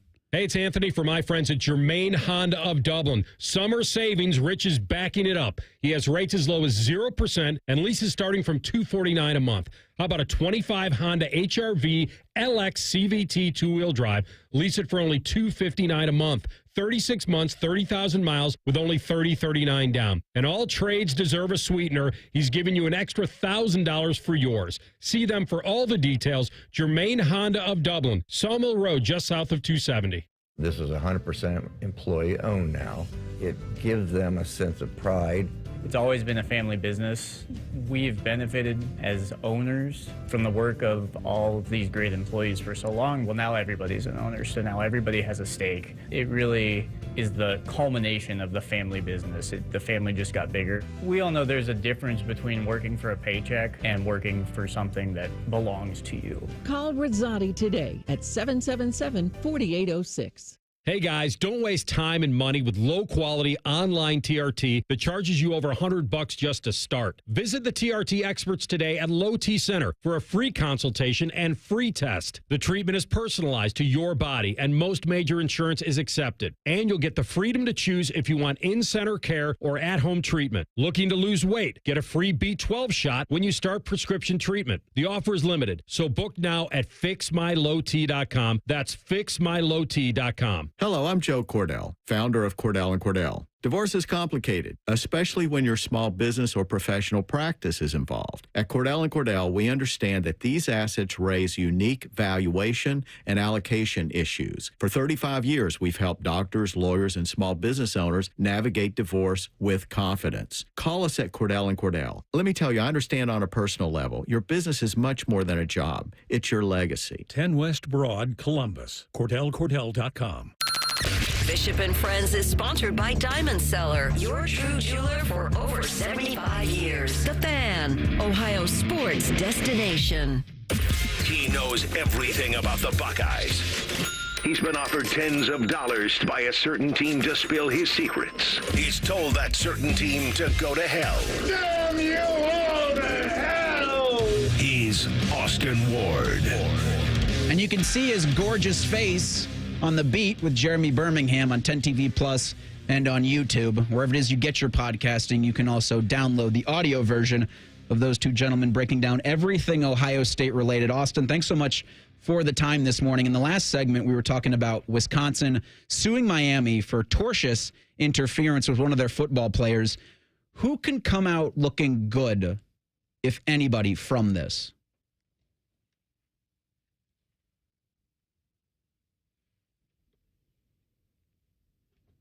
I agree. Is it our button? Oh, sorry, bud. Hey. Hi. Hello. Technology. Hey, thanks for complimenting my face. How are you, bud? Good. Great to be with you guys. Happy Heat Wave Monday.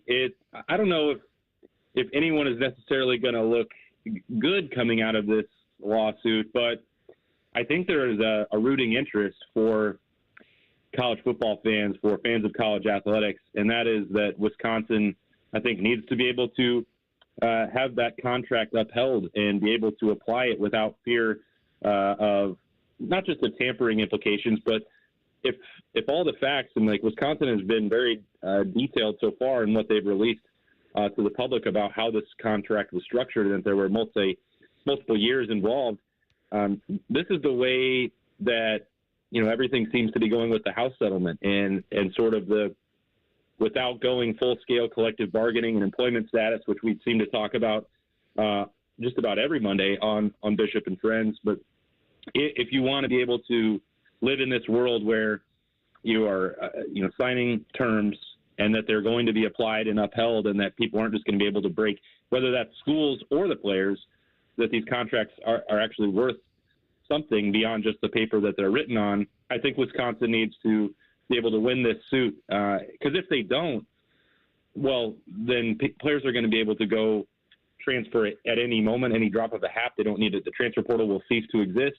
And that sounds like a little bit of doom and gloom, but I actually think given what's going on here with the House settlement and everything else moving forward, if you're going to be under contract, then the contracts have to be upheld. So no one might look good for having gone down this road, but for the future and for the integrity of the sport, I think we probably need Wisconsin to win here. Yeah, I saw that the Big Ten had thrown their weight behind the Badgers in this, but I guess wouldn't all of college football and college athletics want Wisconsin to triumph in this case? Yeah, 100%. And I think it sounds fatalistic, but there would be no roster restrictions, no transfer portal, nothing necessarily even potentially to stop a player from trying to change teams in the middle of the season. Now, that may be skipping 2 or 3 steps ahead here, but if these contracts are not upheld, if everyone in college sports is not continuing to honor them and play by the same rules, then there is no sport. You have to have rules to govern it. And the way forward, not just with the House settlement, but, anything else with the NIL, with salary cap revenue, with scholarship numbers, like this all has to be something that is agreed upon. And if for some reason the court sided with Miami and struck down this from the Wisconsin side, every player is suddenly available, free, and willing to just break a contract whenever they want and go play for whoever they want, whoever the bidder is, and really whenever they want. So I don't see any scenario where Miami winning would be good for college sports. And so I honestly, I'm surprised that it's even got to this point, but there was going to have to be a case like this that needed to be settled so that moving forward, the rules of engagement are clear, or we find out that we're in a situation again where we're even in a wilder west than we were 5 years ago. Austin, you mentioned the word employment status, and we know that the NCAA and college athletics do not want to go down that road. And then we're talking about lawsuits with the word contract involved. I just feel like, yeah, they want this to go in the favor of Wisconsin, but I also feel like there's part of them that they don't want this lawsuit at all because they're going down a road with it that they don't want to go. Yeah, but I think part of what I learned from Ross Bjork's great press conference, 75-minute one, explaining the House settlement and everything else going on about a week and a half ago, was getting him to explain something that Bake, you're talking about, that we've talked about here a lot, that like the easiest solution would seemingly be collective bargaining and employment status. And I had certainly had plenty of conversations about why that might be difficult, but explaining some of that publicly I think was important about state laws.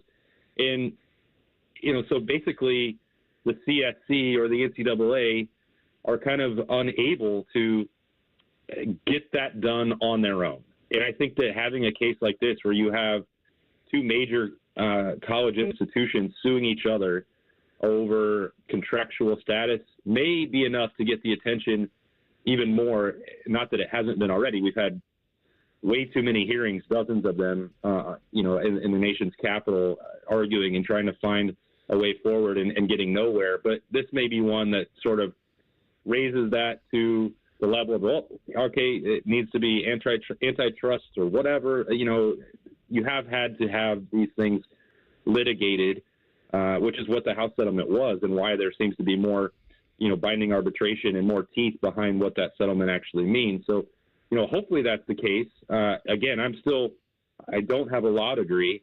A lot of this stuff I'm just having to be explained to me like I'm 5, but we can all sit here and see when you're talking about contracts, whether that makes them an independent contractor, whether they have to, figure out a different way to determine the status, which, they love to just make up new rules and new terminology in Washington. I don't imagine why this would be any different, but you're going to have to get to that point, because otherwise we're going to keep spinning our tires and going round and round trying to make rules that they can't actually enforce. With that, we played some sound from Urban Meyer earlier in talking about supposed differences there's going to be between this college football or college sports commission and the NCAA. He seemed a little skeptical, though, that right now they're where they need to be with this, and they're actually being in a difference with enforcement. Do you think there will be a difference between the two? Oh, 100%. Yeah, no doubt. I can understand anyone approaching this with a healthy dose of skepticism, but and they're also not done. I mean, I think, if Urban's point is that they haven't settled on what the punishments would be if they're not going to, which they haven't. They're still working through all of that. And if you want to say, well, I don't believe that they're actually going to finish this because the NCAA never actually does, I wouldn't argue that point. But they don't really have a choice in this matter, because this is not just the schools appointing the NCAA to enforce the rules and not have subpoena power. This came from the courts. This is binding. This is arbitration. These are basically federal laws now moving forward. So, they can argue over which way that they want to do it, how they want to enforce it. They are doing that, but at the end of the day, they don't have a choice. They have to put the rules in place, and the things that are set out in terms of, NIL, salary cap, scholarship numbers, participation, like there's no argument there. They can't go back to the courts and say, "Oh, I would like to do this different." No, they've already ruled on that part. So it is up to the CSC to step in and handle that part. And that work is not done. But in terms of like breaking these rules, there will be consequences, and it's not going to be a committee on infractions pony show. This is the real deal. And violators. Now, if you say, well, sure, well, wait and see if that actually happens or not. I definitely understand that part. To say these people have never done that before. This is the most they've been forced to do it ever. They don't have a choice. Catch the Beat with Austin Ward and Jeremy Birmingham on YouTube, on 10 TV Plus, wherever it is you do your podcasting. Austin, I don't want you to name all 18, but right now, do you think you could name for me every starting quarterback that you think is going to start for every Big Ten school this fall? Well, the one that I cover, I'm not able to name that one, so I would be 0 for 1 right off the bat. I think, and I'm actually, Reeser, I'm more on board with that than I've ever been, thinking about the Ryan Day era specifically. The last, especially 2 years ago, looking at the way that played out, I don't think that Ryan Day has ever been publicly misleading about where the race is and where it sits. And I think that was the true test case 2 years ago, and the way that he described it and what I saw, again, through 5 open practices in spring, which is not the complete picture, is just a glimpse, a small snapshot. There were days that Lincoln Keenelis was certainly ahead. The spring game, Julian Sayin was definitely more impressive early on in that one. So I think this is legitimate.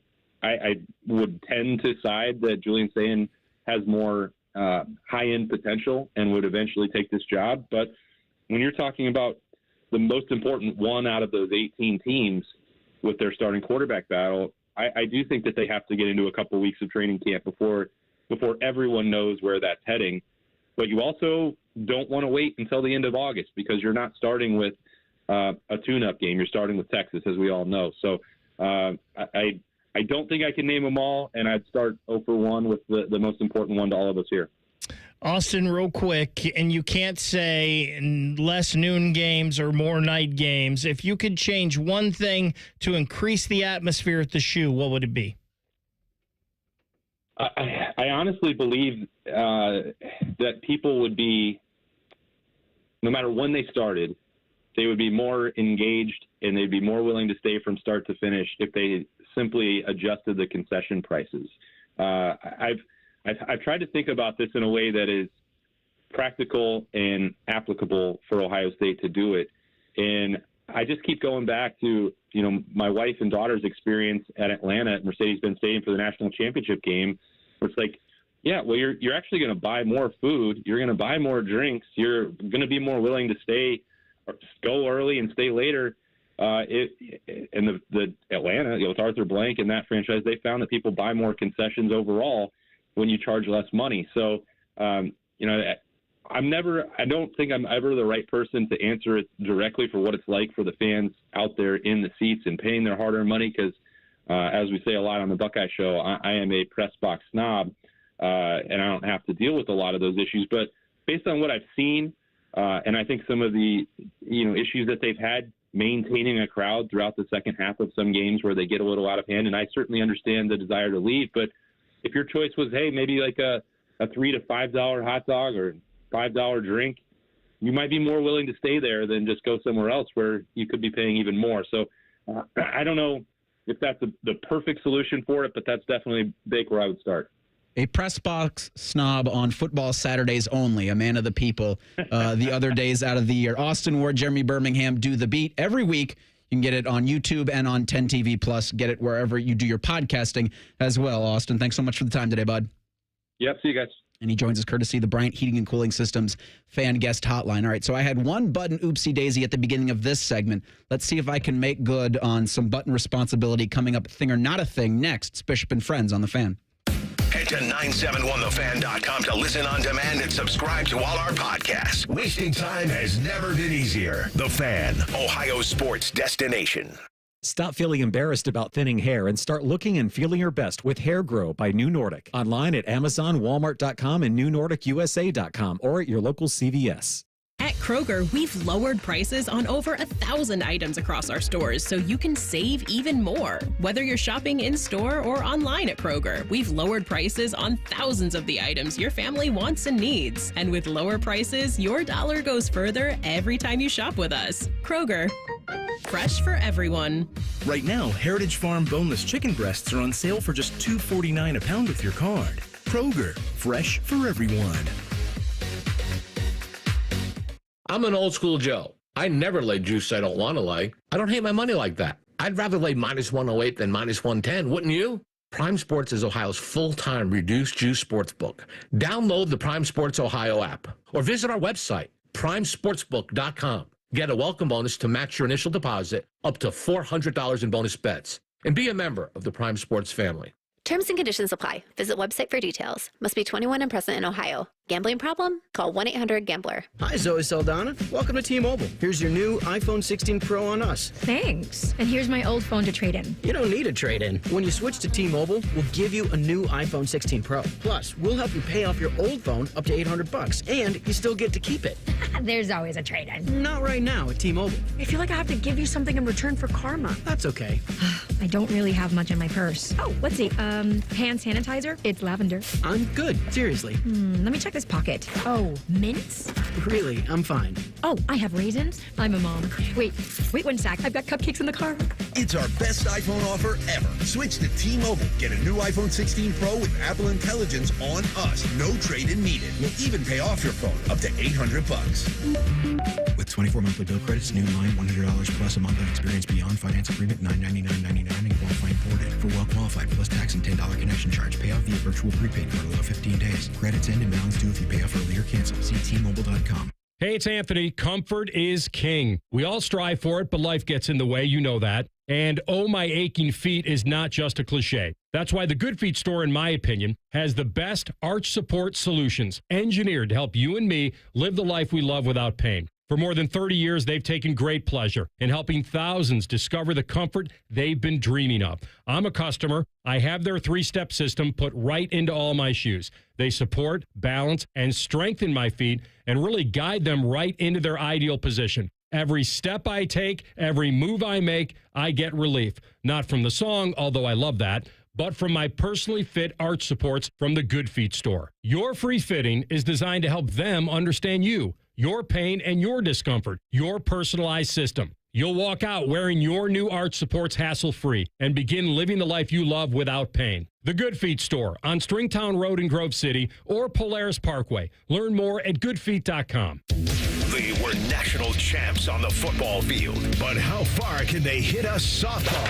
Find out at the Monogram Homes Cardale Jones Charity Softball Game. Presented by the Ohio State University Army ROTC. Saturday, July 19th at Huntington Park. Bring the whole family and watch Team Cardale battle Team Braxton Miller. Don't miss the Home Run Derby and see stars like Ted Ginn Jr. and Maurice Claret. Get your tickets at 971thefan.com. Do it now. Matty Ice here. When I needed a new Chevy, I headed to McDaniel GM Superstore in Marion. Right now, get up to $12,000 off MSRP on a 25 Silverado LD. They've got no market adjustments, no hidden costs, and sales managers are on the floor ready to help. That's been the McDaniel difference since 1916. They're just a short drive north off Route 23 in Marion, or you can visit McDanielGMSuperstore.com. McDaniel GM Superstore, where great deals meet a century of trust. Chevrolet, together, let's drive. Dr. Marta Lavelle of Urbana and Darby Dental Smiles on having First Bank of Central Ohio as a partner.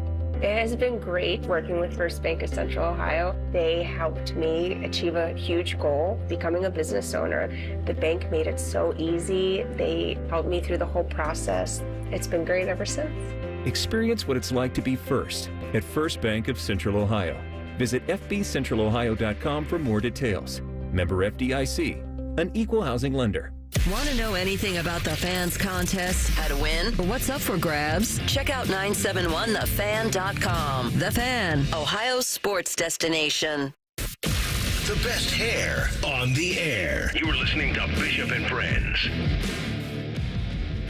Some kind of breaking college football television news to lead us off here. Thing or not a thing? Sponsored by Billiards Plus. Find your next grill and everything you need for the master griller. Billiards Plus on Dublin Center Drive in Dublin. Chris Vanini of The Athletics reporting the new Pac-12 has partnered with CBS as its primary TV broadcaster. It's a 5-year deal into 2031. He adds the rest of the TV deal is not yet finished, but expansion talks are ongoing with Texas State as the favorite and July 1 being a key date. So the graphic that the Athletic is using is CBS Sports x Pac-12. So expect a lot of CBS Sports Network games featuring, who is it right now, Oregon State and Washington State, and I guess new figure, Texas State. Thing or not a thing? Well, this is something that they had been talking about, right? That they were, and I believe, aren't they adding more? Isn't it like San Diego State and some others like that here in the not too distant future, maybe the 26th season? Yeah, so Boise State, Colorado State, Fresno State, San Diego State, Utah State. Gonzaga's going to join the conference, but as a non-football member.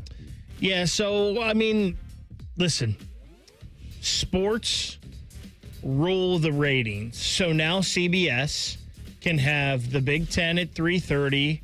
They can have a game at 7 o'clock, and then they can roll into Pac-10 games late at night. We saw Fox do this a couple years ago, so they're going to have a 10 o'clock window here, too, with games. I'm guessing you'll see some of these on Big CBS. You'll see some on CBS Sports. It's not a huge thing. I think it's a good thing for the Pac-12 because guess what? The ACC was on the CW and nobody really saw it. So if you can get the Pac-12 on a major network, that's a big thing for them. I think it's a thing, to Baker's point that he just made about the ACC being on the CW and the Pac-12. I mean, based off of what network is on a bigger network, right? But I'm interested to see what the perspective or the perception, of the Pac-12 is going to be in regards to the other power conferences now with this. Because if a team like Boise State is good in the years to come, they're going to have a lot more exposure than some of these teams in the ACC. So Vanini's reporting says for Texas State, for them to leave the Sun Belt, that exit fee would jump from $5 million to $10 million on July 1st. So important for Texas State. I think they're the Bobcats to get the hell out of the conference before July 1. Also, Memphis, Tulane, and UTSA. So Texas, San Antonio have also been in discussions. And they're AAC schools. SMU paid $25 million to leave the AAC for the ACC, and I don't think either of those three schools have that kind of money just sitting with their coffers and their boosters. So some fascinating television contractual obligations keeping some of these schools from where they actually want to go, which is, a Power 5? See, that's what I was asking. Will it be considered a Power 5 again? They sure as hell did everything they could in the Pac-2 to keep the Pac-12 in the forefront of everybody's minds this past season when it was just two of them. And so that fight will probably continue now that they've added several schools. After winning his first NBA championship, Thunder center Isaiah Hartenstein revealed that Alex Caruso had to show his teammates how to pop a champagne bottle. Quote, first of all, none of us knew how to do it. We were asking AC how to do it. No one knew how to do it. Shout out to AC for teaching us how to pop a champagne bottle. The 31-year-old Caruso was the team's fourth leading scorer in the postseason. His first NBA title came in the bubble with the 2020 Lakers. Caruso was asked about the difference between his first and second NBA championships. Quote, yeah, now I got a real one. Now nobody can say anything, end quote. Thing or not a thing? He, of course, referring to the COVID year where was in the bubble and nobody really saw it. These guys have never partied on New Year's Eve? They've never popped champagne bottles before? I can't believe that. Like, these are... what it is they go places where they have people popping the bottles. Yeah, they don't have to do any of the work. But come on, that's part of the fun of the champagne is popping the bottle. You got to know how to do this. But there's I wonder when he says pop the bottle, he means more of the pop and spray, because it probably not been done by a lot of these players before, because so many of them are NBA journeymen. Like Isaiah Hartenstein, that's his 8th NBA team that he's played for. So probably not a lot of winning to be done and a lot of popping bottles in the locker room to be had. This is a thing, two things for me from this. One, I think part of the reason is the average age of the OKC Thunder, 25.6 years old. I just think that they don't have the experience with the alcohol as some of the old. You're used to seeing veteran teams winning the championship, right? And that also speaks to me of how the longevity of this team and how good I think they're going to be in the future. But also, Caruso saying he's got a real one now, as the I don't know, maybe Matty Ice could say that he's probably the biggest LeBron fan on these airwaves. I would like to think that I'm up there with him, and the fact that he said that rubbed me the wrong way. I think the bubble championship might be the hardest championship ever won in NBA history, given the circumstances. And Caruso saying that, it just gives all the people that say that it's a Mickey Mouse championship credit that they don't deserve. I forgot we had number 1 LeBron James homer on the other side of the glass today. Is he number 1 or is he like 1B? Because nobody homers LeBron more than Matty Ice. I don't know. Dylan's pretty close. Dylan is his love for LeBron is more than Megan Maroney, who he was talking about earlier. I don't have a tattoo of LeBron on my leg like Matty Ice does. I mean, again, LeBron did win a championship for Ohio, and when you do that, you're remembered only for forever. We will blitz the weekend coming up next. It's Bishop and Friends on The Fan. The radio couldn't contain us, so we've taken over YouTube. Catch Morning Juice weekday mornings at 6 by searching 971 The Fan. Do it. Hey friends, Beamer here. So did you jump in on Awaken 180's Lose 40 by the 4th challenge?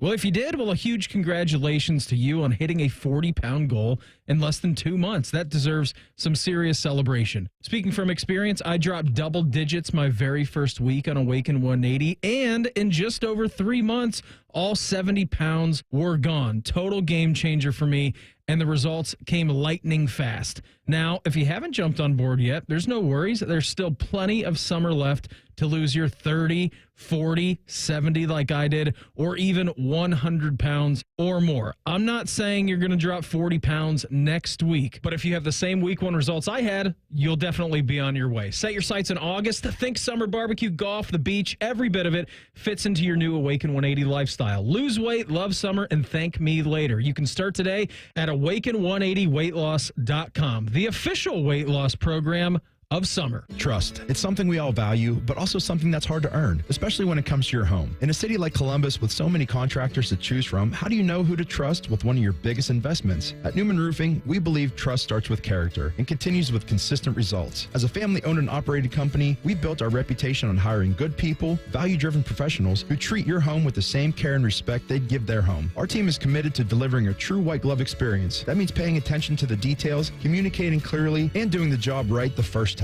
We use only the highest quality products, installed with precision and backed by proven techniques. That's how we ensure you'll feel confident not just today, but for years to come. And we don't just ask you to take our word for it. With over 770 5-star reviews on Google, you can read story after story from homeowners just like you who trusted Newman Roofing and had their expectations exceeded. When it comes to roofing, gutters, or siding, call the local company built around family, values, and integrity. Newman Roofing. Call today at 614-NEW-ROOF or visit online at newmanroofing.com. Don't just get a new roof. Get a Newman roof.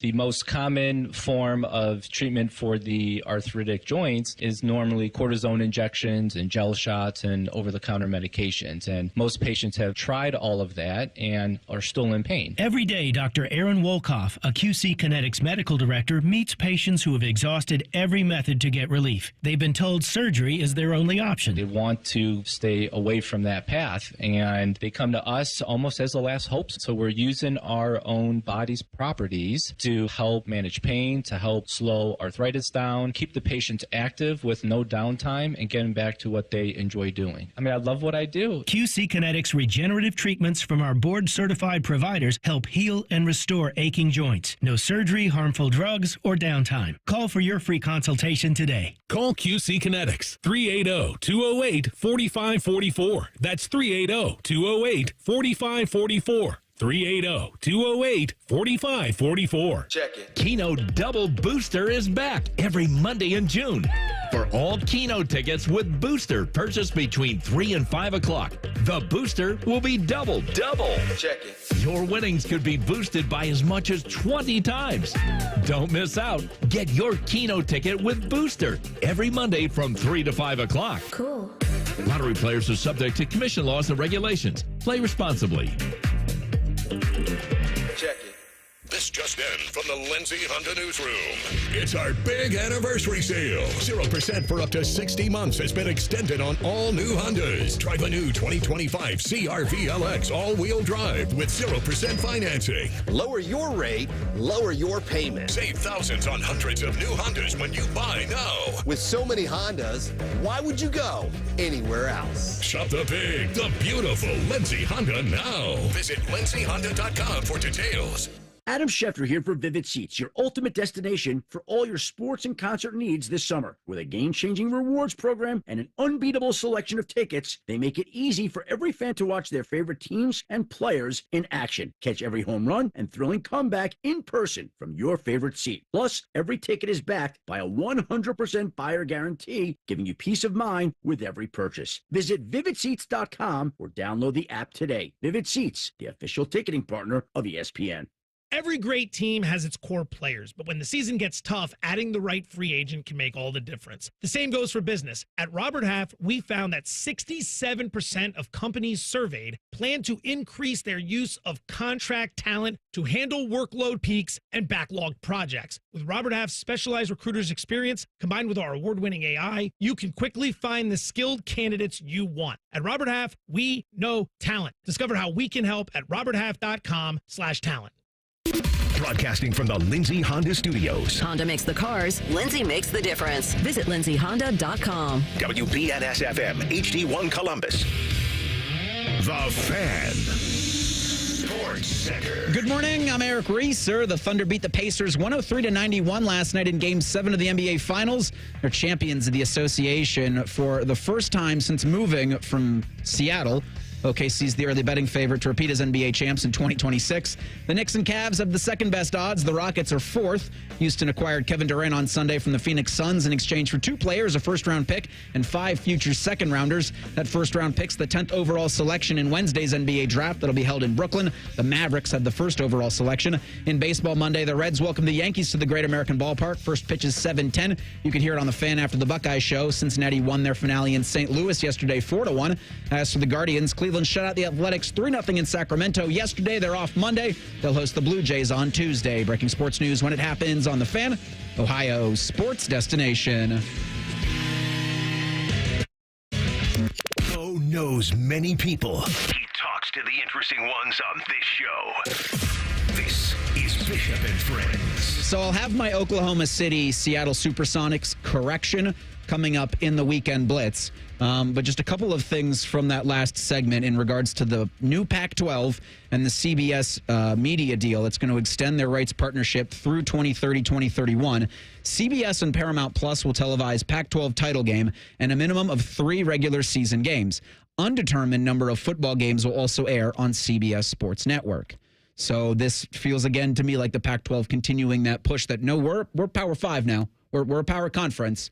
Looks like they're going to be adding Texas State before it gets to that July 1st deadline. But some pretty big news, I would say, in terms of what the Pac-12 is going to mean for college football playoff expansion talks. Because I was, screaming about as loud as I could relative to what I can scream into the microphone last week, just about how college football or college athletics needs to pick something and actually change it before just they got to do something with all of these things that are happening in college athletics. They've not finalized anything. And when I asked Tim A about that on Friday, he said, well, they've got to figure out the college football playoff expansion. I'm like, that doesn't seem to me the most important thing right now. But from a money driver, it probably is for these conference commissioners. I would just think that, as we've spoke throughout the program, Baker, enforcement and who's going to be governing college athletics seems to be the most important thing. But I understand where most would say, no, it's playoff expansion because that determines a great chunk of money that will need to be shared with between programs and their athletes. It It's the money. And it's funny, Nicole Albrecht had the same thought. She did an article about all of this, like, hey, we're fine at 12. Let's table expansion until we can get all of this other stuff figured out. But we know the one thing that always matters the most is the money. And you had pointed something out to me in the break. Looks like they've got a home plate site set in Las Vegas for the Oakland Athletics. It is the green carpet is ready to roll out for some VIPs. They're doing groundbreaking today across from the MGM Grand at the old Tropicana site where their new ballpark is supposed to be built.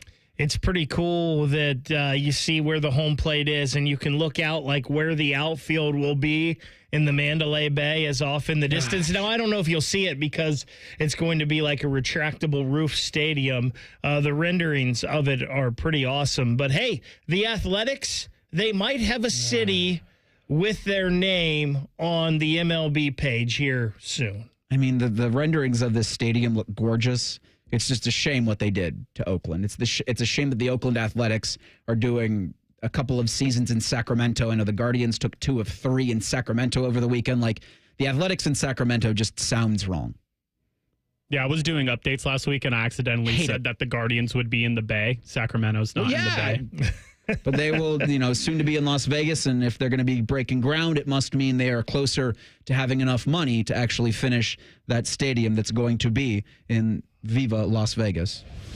Bishop and Friends present a weekend sports blitz. Sponsored by High Bank Distillery, home of the best blended whiskey in America. Grab a bottle or dine in at their 3 restaurant locations: Grandview, Gahanna, and now in Westerville. Drink local. Drink High Bank. All right, from the weekend in sports, Dylan, what did you have?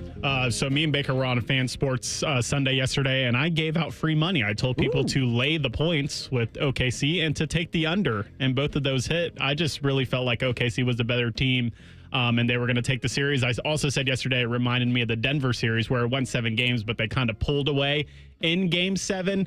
It just stinks that this is probably going to get remembered more for the Haliburton injury and what could have been if he played the whole game versus how good OKC was this whole season. I'm going to take it a step further on this, and I had that OKC would win the NBA championship. It just seemed like to me, and this is no disrespect to Indiana because they were obviously great, and who knows, like you mentioned, if Haliburton stays healthy, but it seemed like to me that when the Celtics and the Cavs got knocked out of the East, that the winner was going to come from the West. And could OKC get over that Denver hump? And they did with that rout in Game 7. And it just seemed like then to me that OKC was the team to beat in these finals.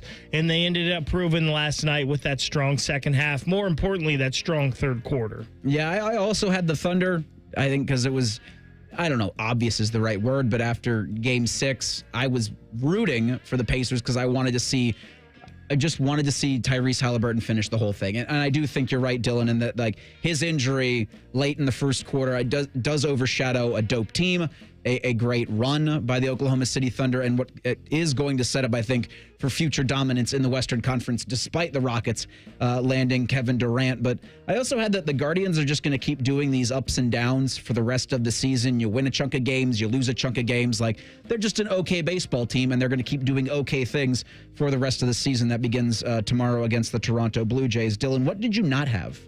I did not have KD to the Rockets, and more, I guess, I'm just surprised they gave up Jalen Green. I felt like that was their best player. I thought it was someone to build around. We've been talking about OKC. I felt like Houston was going to take OKC's blueprint and kind of build more of a well-rounded team and it not be around, built around one. The Thunder have SGA, but they're still super deep, right? And I thought Houston would go the same route. And it seems like they're short-circuiting their future to potentially win a championship in the next year or two. And I just don't agree with that strategy, and that's why I didn't have it. To me, I didn't have the Reds calling up Chase Burns this fast. The reports are that Cincinnati will call up Chase Burns. He will make the start against the New York Yankees tomorrow. Maybe we'll talk a little bit more about that tomorrow. But as a Reds fan, I was kind of hoping that this season would go so well that they didn't need to call up Burns. Maybe they would call him up in like September And maybe he could be a guy that helped them in a playoff push or in the playoffs as a guy that could come in out of the bullpen. Maybe even be a guy that came in and closed out games. But you haven't had Rhett Lauder all year. Brandon Williamson is missing the year with Tommy John. Hunter Green's on the IL now. Wade Miley's on the IL now. Chase Burns has been really good. He's made a couple starts in Louisville now. He's kind of cruised through the minor league system. So he'll be up here, and I hope he pitches as good as Paul Skeens, but I hope the Reds can give him a little better team. Yeah, I'm kind of with you. One of the Guardians prospects, Chase DeLauder, probably time for the Cleveland Guardians to bring up their Chase. I did not have me rooting for the Pacers as hard as I did last night. So even at the beginning of the game, Haliburton's 3 of 4 from 3, and I'm like, this guy's incredible. I know that what kind of, I don't know because I've never been in an NBA Finals Game 7, but the idea that you're playing on a calf injury that could very easily become a torn Achilles is Herculean. And the fact that he was doing it as well as he was. No player made more threes in last night's game than Tyrese Haliburton. And then I was rooting for them they played a great second quarter, but just at the third quarter, I knew it was done entering the fourth. Points-wise, it was as well, but the entire game, I was pushing for the Pacers, and I hated saying that because of, again, how much they punked the Cavaliers in the second round. But that's a heck of a team. Hopefully, Tyrese can, expedite his comeback, and they can make another finals appearance sometime in the near future. Player who impressed, Dylan. For me, it's TJ McConnell, or as our friend Tyvis Powell would say, a cold white boy. He had a great Game 5. He had a great Game 7. In an alternate universe, he's a folk hero where he comes in for Tyrese Haliburton and they win the championship. But unfortunately, in our reality, that didn't happen. But I thought he played really well these finals, and especially when Tyrese was out in stretches, he played super well. For me, you just mentioned him. Our friend Tyvis Powell. No training, no sweat for 3 weeks before. And for my guy to go out there at the 971 the race this weekend and run a mile in 7.5 minutes, good job out of Tyvis. One of my favorite things in life is giving Tyvis grief. Yep. But good job out of him. I was impressed. Yeah, I'm always impressed with the support we get here at The Fan from our wonderful listeners, guys in the YouTube chat, but it was made even more apparent how awesome our listeners are with the hundreds of you that showed up for 971 the race and participated. And in any form or fashion, just appearing was great to meet everybody. We hope for a bigger and better event next year, which means great things because Saturday was awesome. Let's just do this real quick. Disappointed, Dylan? Mine's John Jones for retiring before he could fight Tom Masvidal. I know Baker's a big MMA guy too, but he's supposed to be the greatest of all time. You could have gave us one more fight to unify the belt. For me, it's Tommy Fleetwood. 84 starts in the PGA tournament, 0 wins. He had it locked up this week. He had been shooting so well, but he goes 2 over par on the last day. 2 bogeys a bogey on 16, a bogey on 18. Missed 2 6-foot putts. Comes up short from the fairway on 18. Then 3 putts from the front of the green. Come on, Tommy. You could have got your first win. Who disappointed me was me. The franchise Oklahoma City has won an NBA championship. Seattle Supersonics won it back in 1979. So my first 2 updates, and then I corrected myself in the middle of the 11 o'clock update because I'm like, no, Seattle's won, if not several, at least one NBA title. So it's wrong to say that franchise because they were the Supersonics a lifetime ago. Coach of the week, Dylan. Easy for me. OKC's Mark Daigneault. No explanation needed. For me, it's LSU head baseball coach Jay Johnson. 4 years with the school, a record of 190 and 77, 2 College World Series championships. Yeah, I wonder if on the street, if Florida's head coach, Golden, is more recognizable than OKC's head coach. I don't think people would recognize either one of them. Either one of them are right. They look just kind of like slender white dudes, but who's the more recognizable of the pair? I'd be very interested to get just casual fans' understanding of that. A 2026 NFL mock draft is bad news for Shedeur Sanders, Dylan Gabriel, Andrew Barry, and Kevin Stefanski. We'll explain next. It's Bishop and Friends on The Fan. Winners of the prestigious Platinum Microphone Award every year, given to the best radio station in the world. No need to look it up. It's real. The Fan. Going up. Prices keep going up these days. It feels like being on an elevator that only goes up. Going up. But not at Metro. We're pushing the down button. Going down. We've lowered prices. Get one line of 5G data for $40, period. That's 20% lower. And you get a free Samsung 5G phone when you bring your number. Only at Metro. 5-year guarantee on eligible plans. Exclusions apply. See website for details. Not available at Metro with T-Mobile in the past 6 months. Tax applies. Hey, what's up? It's T-Bone. Guys, listen up. How many of you out there have been diagnosed with sleep apnea? Maybe your partner can't tolerate your snoring every night. You can't stand your CPAP machine. I totally get it. But the good news is there are alternatives to the CPAP machine. And Dr. Mark Levy is here to change your sleep and your life. Trust me, your spouse will thank you later. Dr. Mark Levy can customize an oral appliance that opens your airways, helps you breathe better, and of course, stops your snoring. That's the main point. It's quick and comfortable and an alternative to those bulky, loud CPAP machines you always hear about. For over 15 years, Dr. Mark Levy has led the way when it comes to treating snoring and sleep apnea, and now he's expanding his practice to better serve his patients with a brand new location in Marysville. I love Marysville. If you're snoring and not sleeping, you need to call Dr. Mark Levy's office today. Do not delay. Schedule your appointment today with Dr. Mark Levy at 1-800-MORE-SLEEP. That's 1-800-MORE-SLEEP. You can also visit him online at sleepbettercolumbus.com. And now, sleepbettermarysville.com too. Get your air conditioner fixed fast. Call Care Heating and Cooling, 1-800-COOLING. Talking about guns might not always feel comfortable, but it could save a life. Asking safety questions before a play date, like do you have pets, a pool, are there any unlocked guns in the home, can help keep kids safe. Learn more at agreetoagree.org. Brought to you by Ohio Health and the Ad Council. Lanny went to college and racked up huge debt. A little bit over $100,000. For a degree he couldn't use? Now what? I had a friend that went to my computer career. They even helped him get hired immediately after graduation. One of the things I love about IT is that you can work from anywhere you want. You could become an IT pro in just months, including cybersecurity and the basics of AI with zero experience at mycomputercareer.edu. It worked for me, and I know it can work for you. This is one student's experience. Individual results vary. At Valvoline Instant Oil Change, we're here to help keep you on the road so you can soak up all the summer fun. The road tunes. Take me out to the ball game.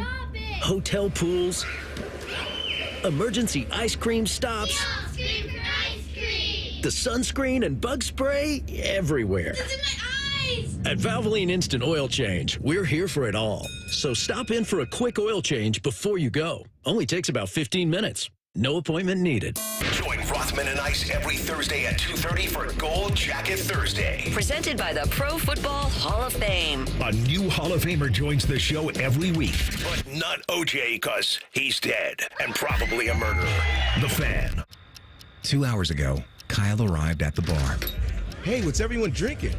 30 minutes ago, Kyle got his friends another round of drinks. Cheers.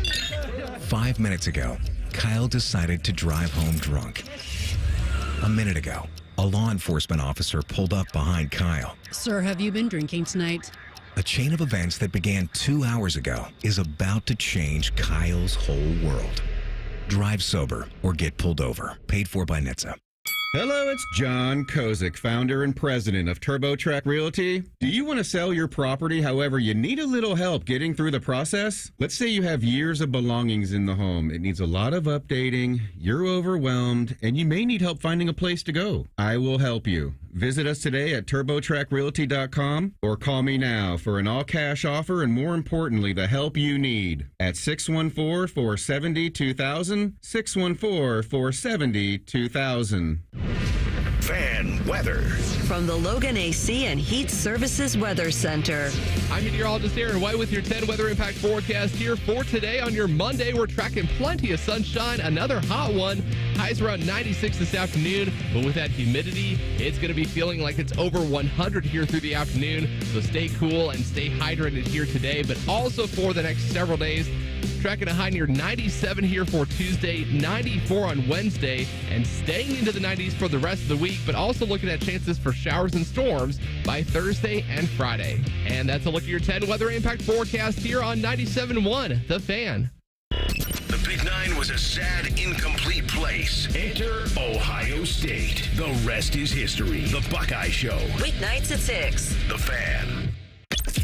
Connect with the show on X at 971BFS. Jump in our YouTube chat or just send a raven. You're listening to Bishop and Friends. Reeser, Baker, Dylan, we're your substitute teachers this week on Bishop and Friends. The first week of summer. Yeah, it's a hot one out there. Hydrate. Please stay cool. Do whatever you can to not be in the sun today. And if you are, extra sunscreen. I'm a sicko, so anytime there's a mock draft, I'll look at it, and mostly just to chuckle, because at this point, it's with the Browns now having first-round picks, I just like to see the prognosticators and where they think it's going to be for Cleveland. Now, this one that I found from Pro Football Network, it's got a 3-round mock, and this is one of those things that, like, that's cool. You did 3 rounds and all, but I ain't reading that. But I'll do the first round, and I'll, maybe see what 31 and 32 are. And again, Pro Football Network has the mock. And at number 1, Baker, can you take a guess? Well, you probably know, based off of my introduction there, who the Pro Football Network has at number 1 overall in 2026. This is bad news for us, Reese. Oh, I don't know about that, Baker. Because it's the Cleveland Browns. It is. And who they are taking is someone who you probably have money on to have success this season in college football, in Cade Klubnik and the Clemson Tigers.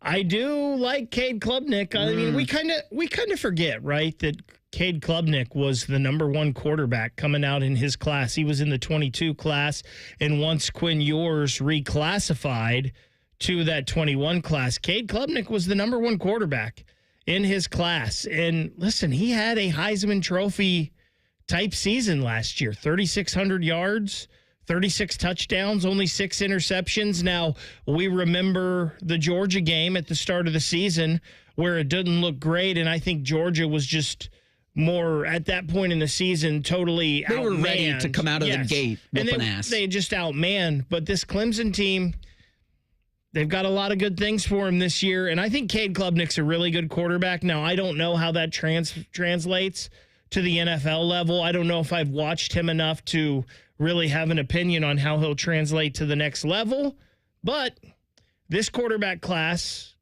is supposedly a lot better than last year's quarterback class. So. Can we say that with any certainty in June? I said supposedly. I know, and I'm not. That's what the pundits say. I don't mean you, but I mean, like, going back to last year, it felt like when they were doing the mock drafts for the 2025 NFL draft, I was like, we don't know really you never anything about these quarterbacks, but I think our not knowing has never been higher, right? And I think it's even more shown out to where you saw Quinn Ewers go, to where you see people and what they think about Carson Beck. On this mock draft, again, from the Pro Football Network, at number 2, they have Garrett Nussmeier going to the New York Jets. And, okay, I don't know what the hell he's going to be at all this season at LSU. People that do this for a living in terms of scouting talent for the next level say he's NFL caliber. But I think for me, I'd have to see it on the field for LSU. And if you can go through the Tigers are plus 10,000, I think, to win the Southeastern Conference. So if you can roll through that league and be successful at quarterback, I absolutely think you'd be ready for the next level. If when you enter, I don't know, a situation with the New York Jets might not be terrible when you think about what's to come in 2025. But back to the Browns real quick at number 1. If they are there in that spot with the number 1 overall pick and they didn't trade up and they just landed there because of their record, that means that likely Andrew Berry's not making that pick because they have a second one in the first round. And I'll get to who Pro Football Network has them picking with the 9th overall selection that they got from Jacksonville. This is the Browns pick by themselves. Mm-hmm. And if they're sitting there with the first overall pick, that means Andrew Berry has never hit on anybody that he has drafted as Browns general manager. And I do not think you can trust him with 2 first-round picks, especially after the owner, Jimmy Haslam, came out and said this is a rebuilding year. Then I think you turn this season into the final test for Berry and his scouting and his development of players. I also don't think it speaks well to Kevin Stefanski. Well, yeah, if the Browns are picking number 1 overall next year, I have a feeling... Aren't you cleaning house? You have a new GM, you have a new coach in there because this just hasn't worked. I think that's why, and Bo keeps saying Joe Flacco is the emergency brake in case of glass. I think if you're Andrew Berry and Kevin Stefanski, you kind of know, hey, we've got to do something this year. That's why I think Joe Flacco is going to be the starter week 1 and for at least like the first 6 weeks of this season, because I think he probably gives you the best shot at winning games, especially early on. And if you're these guys, you have to win. And listen, I've been on the record. I'm not a Kevin Stefanski fan. I know that he's 2-time head coach of the year. I understand that. I feel like this regime with Andrew Berry and Kevin Stefanski has taken a John Dorsey-built team, and it has got progressively worse every year. And we can say what we want about John Dorsey. Yeah, there's things about him, but he helped build the Chiefs roster that we've seen, and he helped build this Lions roster that is so good now. So the guy knows something about getting talent in the room at least, and I feel like the Browns have just been on a steady decline since he left. I had teased this mock having meaning bad news for Dylan Gabriel and Shedeur Sanders. I'm not sure if the Browns pick at 1, that means bad news for Dylan Gabriel. I do think if they're picking a quarterback at 1, it means Shedeur's not there, it means Flacco's not there, it means Kenny Pickett's not there, and that could be I don't think it means really anything for Dylan Gabriel. Now, Shedeur, this was late last week. Was it David Njoku's celebrity softball game? I was just going to say real quick, it means Dylan Gabriel didn't do enough to win the starting quarterback job or give them faith that he's the answer moving forward. He's a third-round guy, so I don't know. When you say you're going into a rebuild like Jimmy Haslam did for this Browns organization, if it means bad news for Dylan Gabriel, and that's what I tease, and I'm like, well, not for Dylan. It means you're a career backup now, unless you go somewhere else and can prove your worth. But, I mean, I think all these guys go into the league, they want to start. Sure. Like, they're going to, if you're a Chase Daniel and you're a career backup, that's a pretty good life. You make some money, getting a few games here and there.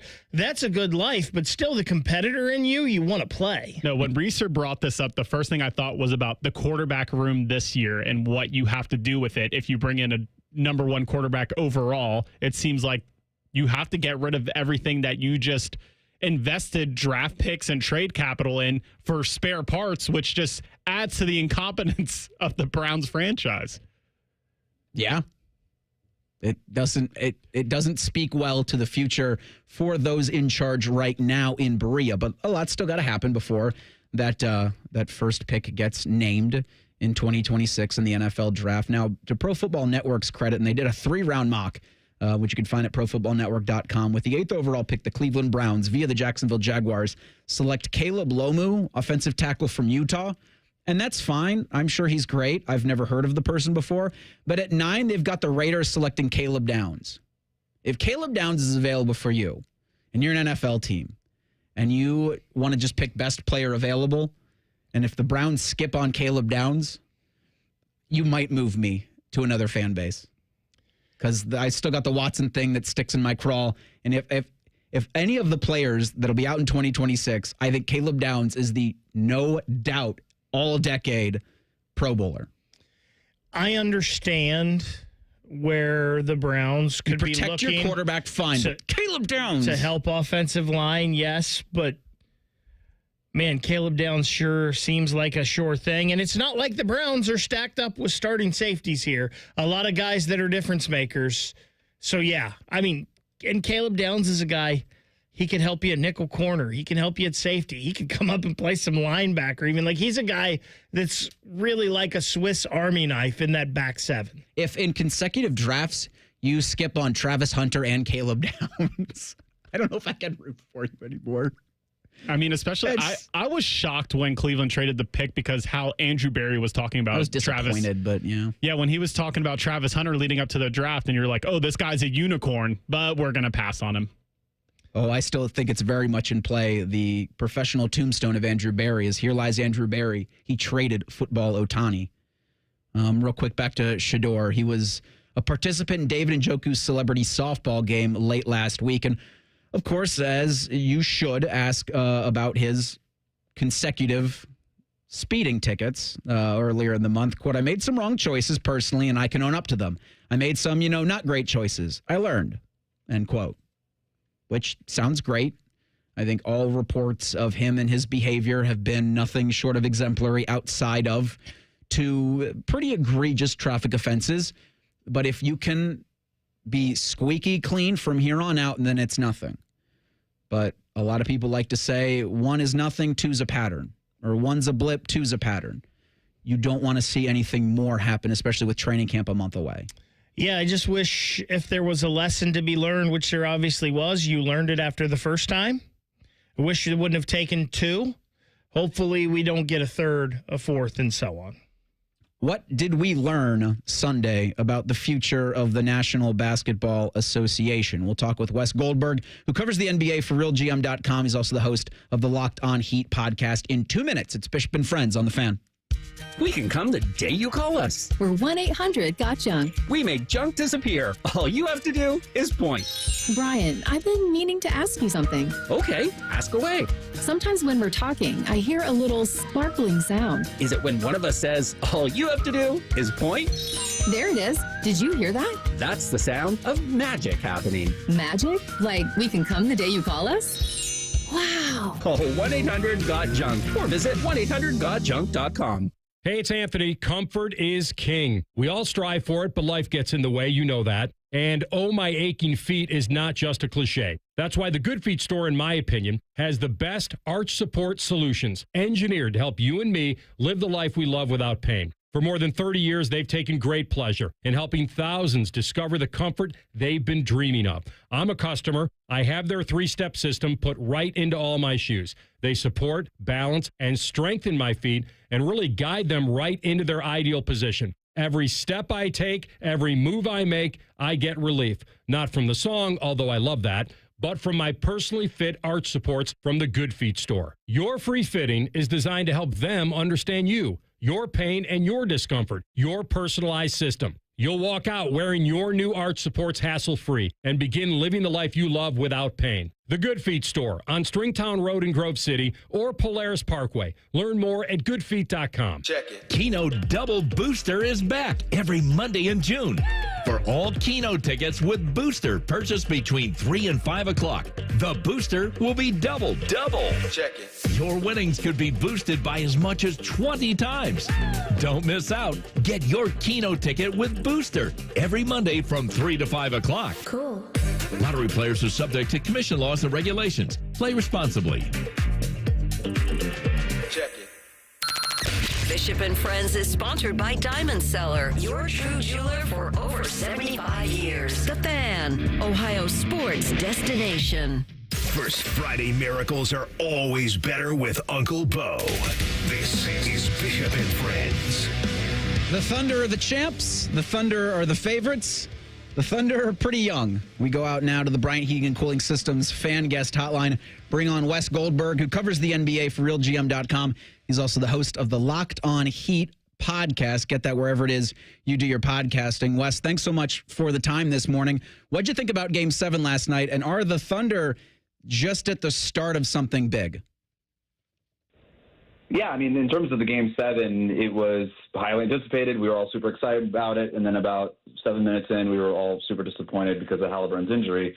But look, I think the Thunder ultimately just showed everybody that they are who we thought they were, right? At the end of the day, they got back into their comfort zone. They gave the ball to Shai Gilgeous-Alexander. He took care of business. It was an okay scoring game from him from an efficiency standpoint, but it was an amazing playmaking game for him, 12 assists, 1 turnover. Just awesome game for him overall, controlling the pace of the game. And then defensively, they turned it up. They turned it up in the third quarter. And going into halftime with in a 1-point deficit, they turned up their defensive intensity in the third quarter. Lou Dort, Alex Caruso, Chet Holmgren, all those guys led the way for them on that end. And they looked like the dominant team. And they didn't always look like the dominant team that they looked like in the regular season during these finals, but they did just enough. They did just enough to beat a really frisky, really competitive, really spirited Indiana Pacers team. And, yeah, they are positioned maybe better than any team that I can think of in recent memory in any sport to put together a real run here, right? Because all their players are young. Shai is going to be 27 next month, and he's sort of the veteran of that group in a weird way in terms of the core pieces. All their pieces are under contract for next season. They have a ton of draft picks. They're in a unique position. Like they obviously can't withstand an injury to SGA, but they're sort of in position to withstand anything else because of what they have. If somebody gets hurt in the middle of next season, like they can make a trade before the deadline to go shore up that part of the roster, whatever it might be. They're young. They're under team control. They got a ton of assets. And it seems like now where they have this crazy poise and confidence for a team that young, but it did strike me at times a little bit as like a fake it until you make it kind of thing. And now they made it. And now they have proof of concept. And it feels like they could just be better next year having that proof of concept type of confidence, knowing that they're the team to beat next season. Wes, I think the Thunder, correct me if I'm wrong, pick at 15 and at 24 in Wednesday's NBA draft. What do you think they do with those two picks?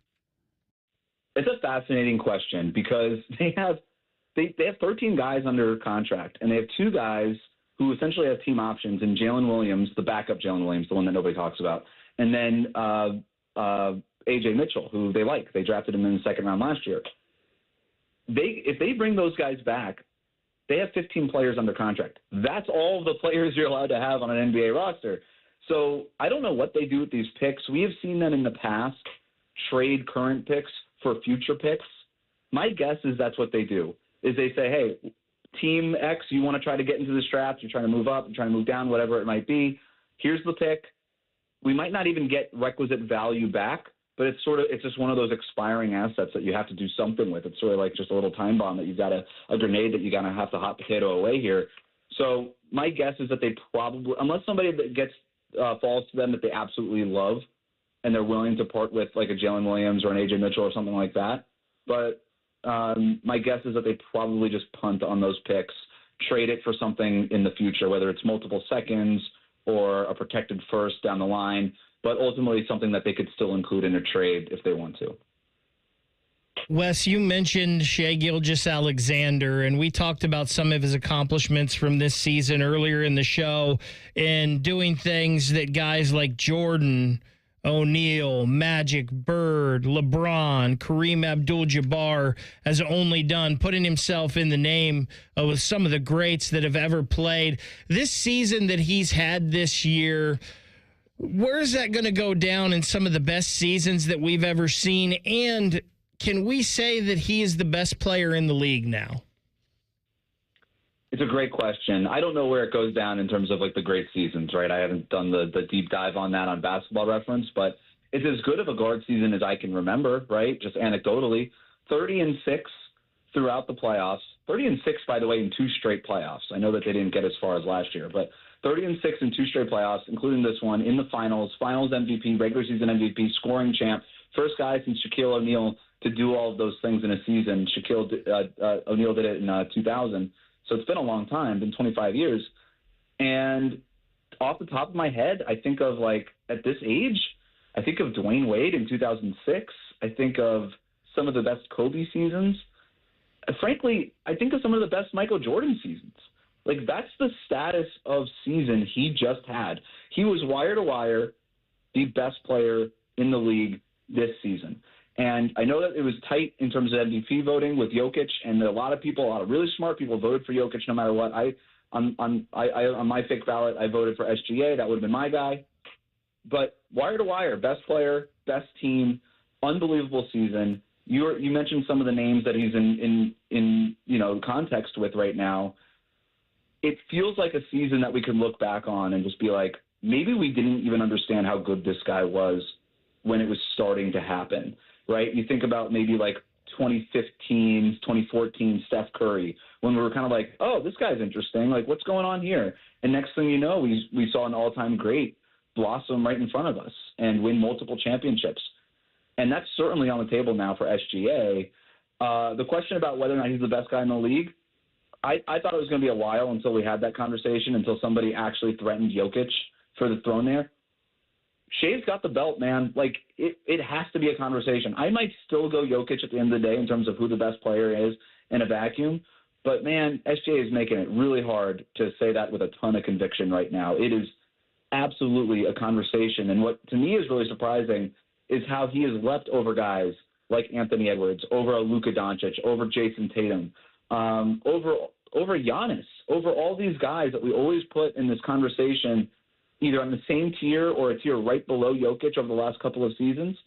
SGA has vaulted above them and then into that same tier now, perhaps, with Jokic. Wes Goldberg is our guest. He covers the NBA for RealGM.com. He's the host of the Locked On Heat podcast. He joins us courtesy of the Bryant Heating and Cooling Systems fan guest hotline. All right, Wes, so you have on one hand the elation of winning a championship, but on the other hand, you have the agony of defeat. And for the Indiana Pacers, with Tyrese Haliburton's, the question that looms large over him for the next however many months, where do they go from here? Heartbreaking, right? So I can't even imagine if you're an Indiana fan what you're dealing with right now, because not only do you have the elation of forcing a Game 7, this heroic performance by Haliburton in Game 6, knowing all of the risks and everything that he was taking with the strained calf that he was dealing with, for him to go, and he was awesome. He made 3 straight three-pointers in the first 5 minutes of that game. It looked like he was going to go toe-to-toe with Shea in what was going to turn out to be a classic Game 7 in the NBA Finals, maybe one of the all-time classic games that we've ever seen. And then for him to go down in the way that he went down and to know it immediately, because clearly he did when he got hurt, devastating. And then if you're a Pacers fan, you're thinking, okay, well, there goes our chance to perhaps win the championship this year, but also to get back here next year, right? This is even different than the Tatum injury, because at least the Tatum injury happened a month ago in the second round. You talk to some Boston fans, there's still some hope that maybe Tatum can come back by the playoffs. That's not on the table for Haliburton, because he got injured in the very last game of the season. So he's going to miss all of next year in what was already going to be a pretty open Eastern Conference. Now it's even more open with him out. This is really tough. And, of the two teams, if Oklahoma City had lost, you could at least say, that was pretty rough and it's really disappointing, but there's a really good chance of us getting here again based on all the things we've already talked about, guys. But for Indiana, there is no guarantee that you get back. And that's not even to be disrespectful of the Pacers, but it is so hard to get to where they got. It is so hard to get there. And with Haliburton missing a year of his career and the way that the salary cap works now and the way that the league is literally built to increase parity, guys are going to get expensive. Guys are going to become free agents over the next couple of years. Guys are going to need extensions, right? Nembhard, Neesmith, these guys are going to have to get paid at some point. And there's no guarantee that you can keep this roster together. And the roster that Haliburton eventually comes back to is probably going to look at least a little bit different than the roster he left in Game 7 of the Finals. And so just because of that, there's no guarantee that you can get back and capture the magic that they were able to capture this postseason. So I can't even imagine being an Indiana Pacers fan right now, because you go from the highest to highs to, oh my God, I think we're going to lose a whole season now because of this. That's really rough. Wes, yesterday before the finals, we had a big trade with Kevin Durant being traded from the Suns to the Houston Rockets for Jalen Green, Dylan Brooks, and a bunch of picks. What does this trade do for both the Rockets and the Suns? And do you think this changes the dynamic in the West at all? I don't know if it changes the dynamic enough where you're seeing already odds makers make Houston give them the second best odds in the Western Conference behind Oklahoma City. I don't know that I would go that far. It seems like a little bit of a betting market reaction to a blockbuster trade, but it certainly makes the Rockets better. It gives them a piece that they didn't have. It gives them a go-to piece at the end of these games. This Rockets team is formidable. They're really good. I love their defense. I love their coaching. I love their attitude. I love the culture. I love the grit. I love everything that they do. And now you've got this piece at the end of it who can kind of carry you through the end of these games. I mean, they had like a 90% win rate when Jalen Green scored 30-plus points in games this past season. So, and Jalen Green isn't doing that as much as Kevin Durant's going to do that. So there was already a proof of concept there in terms of, hey, when we have a number one alpha dog scorer, at least for a night, we're kind of unbeatable. And now they have that guy on the roster in KD. And given what they gave up for him, I don't know that I would have given up a ton of stuff if I were Houston because of what their timeline is, and they didn't have to. They gave up the 10th pick in this draft, who, if we're being honest, they were probably going to take that guy, and that guy wasn't going to play for them. Reed Shepherd was picked third last year and couldn't get on the court for him. So I don't know that this 10th pick really mattered for them. They it felt like they were sort of done with the Jalen Green experience, so I don't know how much you're really losing there. Dylan Brooks, nice two-way player, whatever. They put some second-round picks in the deal. Who cares? This is a huge win, I think, for Houston, and it's a really good way for them to toe the line in between all right, we're in position to win now and make some playoffs, make Ime Udoka happy here because he was really pushing for the Durant trade internally. But the front office didn't want to give away any of those long-term pieces, and they don't have to. And now they have those pieces that they can continue to build around. And I think the part that very few people are talking about that I think is really underrated here, Kevin Durant is a pro's pro. I covered him for a while in Golden State, and I just remember him and Steph Curry staying hours after practice and shoot around, going through their own stuff. And nobody takes his game more serious than Kevin Durant, right? He takes all of the preparation, all of the work, all of the first guy in, last guy out cliche stuff. I mean, he lives it, he embodies it. And for a young team, a roster full of young players like Houston to get to see that, a guy like Amen Thompson, Şengün, all these guys that are on the roster, to be able to witness that and learn from Kevin Durant in that way, it feels like that's just going to have huge exponential benefits for those guys for the rest of their careers. So that's the really big thing that I think if I'm a Rockets fan, I'm really excited about is, wow, we got Kevin Durant in the building. He's going to show a guy like Amen Thompson, who seems to have limitless potential, how to reach that potential, and that's got to be really cool for them. Wes Goldberg is our guest. He covers the NBA for RealGM.com and the host of the Locked On Heat podcast. Wes, that was a lot of fun, bud. Thanks so much for the time this morning. Thanks for having me.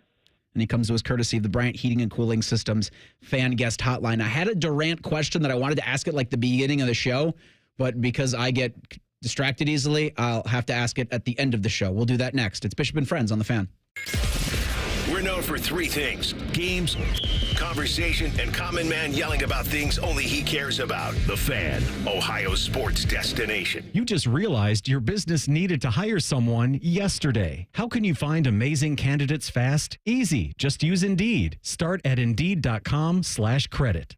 Men, the summer is here. Longer days, warmer nights, and romance in the air. Intimate dinners, walks on the beach, dancing in the moonlight. But if you have erectile dysfunction, you know it can ruin romance, both for you and the one you love. This is Jeff for Tri-State Men's Health. And if you have ED, don't let another summer go by without getting treated. Because intimacy is one of the greatest things in life. And fear of not being able to perform should not be something you have to deal with. At Tri-State Men's Health, we're ED experts. We've successfully treated tens of thousands of men. Our protocols work when others don't, and we have treatments that are effective in well over 90% of cases. You could even last up to an hour or more and perform like you haven't in years. And for a limited time, we're offering new patients a free first visit to help you get back to feeling like the man you're meant to be. This includes blood work, a medical consult, and if medically advised, a test dose. Call 800-900-9654 or go to tristatemenshealth.com. We have 2 convenient Columbus area locations in Hilliard and Westerville.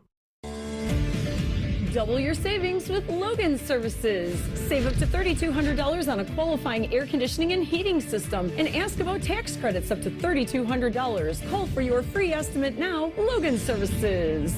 Breaking news coming in from Bet365, and it's no surprise. Same game parlay from Bet365 just keeps getting better. Well, it's even easier to make a bet. Choose from the most popular markets like hits, run line, totals, and home runs. So many to choose from. Download the app, start building your bet, and see why it's never ordinary at Bet365. Gambling problem? Call 1-800-GAMBLER. 21 plus only. Must be physically located in Ohio. T&Cs apply. Let's be honest, we could all use a little vacation from the ordinary. But with Tim Hortons' new refreshers, you don't need to pack your bags. Just sip, relax, and enjoy your refreshing 16-ounce vacation. With tropical mango packed with real pineapple and mango pieces. And strawberry watermelon kiwi featuring real pieces of strawberry and kiwi. Also, try it with lemonade or coconut milk. A choose-your-own taste bud adventure. Head to Tim's for the new refreshers. Your 16-ounce vacation awaits. Only at your neighborhood Tim Hortons. At participating U.S. restaurants. This just in from the Lindsay Honda Newsroom.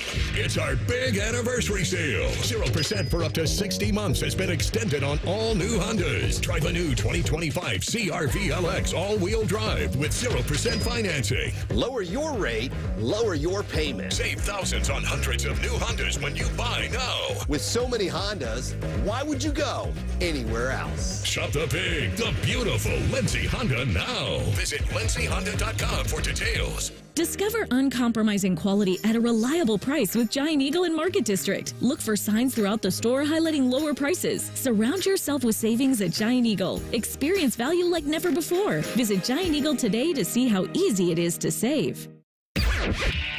Morning Juice is now live on YouTube. Join Bobby Carpenter and Jeff Thidoff weekday mornings from 6 to 8. Just search 971 The Fan to catch the live experience or watch on demand. The Fan. Hi, Zoe Saldana. Welcome to T-Mobile. Here's your new iPhone 16 Pro on us. Thanks. And here's my old phone to trade in. You don't need a trade-in. When you switch to T-Mobile, we'll give you a new iPhone 16 Pro. Plus, we'll help you pay off your old phone up to $800, and you still get to keep it. There's always a trade-in. Not right now at T-Mobile. I feel like I have to give you something in return for karma. That's okay. I don't really have much in my purse. Oh, let's see. Hand sanitizer. It's lavender. I'm good. Seriously. Let me check this pocket. Oh, mints? Really, I'm fine. Oh, I have raisins. I'm a mom. Wait one sec. I've got cupcakes in the car. It's our best iPhone offer ever. Switch to T-Mobile. Get a new iPhone 16 Pro with Apple Intelligence on us. No trade-in needed. We'll even pay off your phone up to $800. With 24 monthly bill credits, new line, $100 plus a month on experience beyond finance agreement, $999.99 and qualifying ported. For well qualified plus tax and $10 connection charge. Pay off via virtual prepaid card allow 15 days. Credits end and balance due if you pay off early or cancel. See T-Mobile.com. The Fan Guest Hotline is sponsored by Carpenter Heating, Cooling, Plumbing, and Electric, and Bryant, doing whatever it takes to keep your home comfortable. The Fan. After putting up with Tom Tiberi for a decade, the broadcast gods gave Bo these two. This is Bishop and Friends. Reeser Baker Dillon with you today, tomorrow, Wednesday, Thursday. You're welcome, or I'm also sorry. I think Biddle and Baker, you guys are Friday.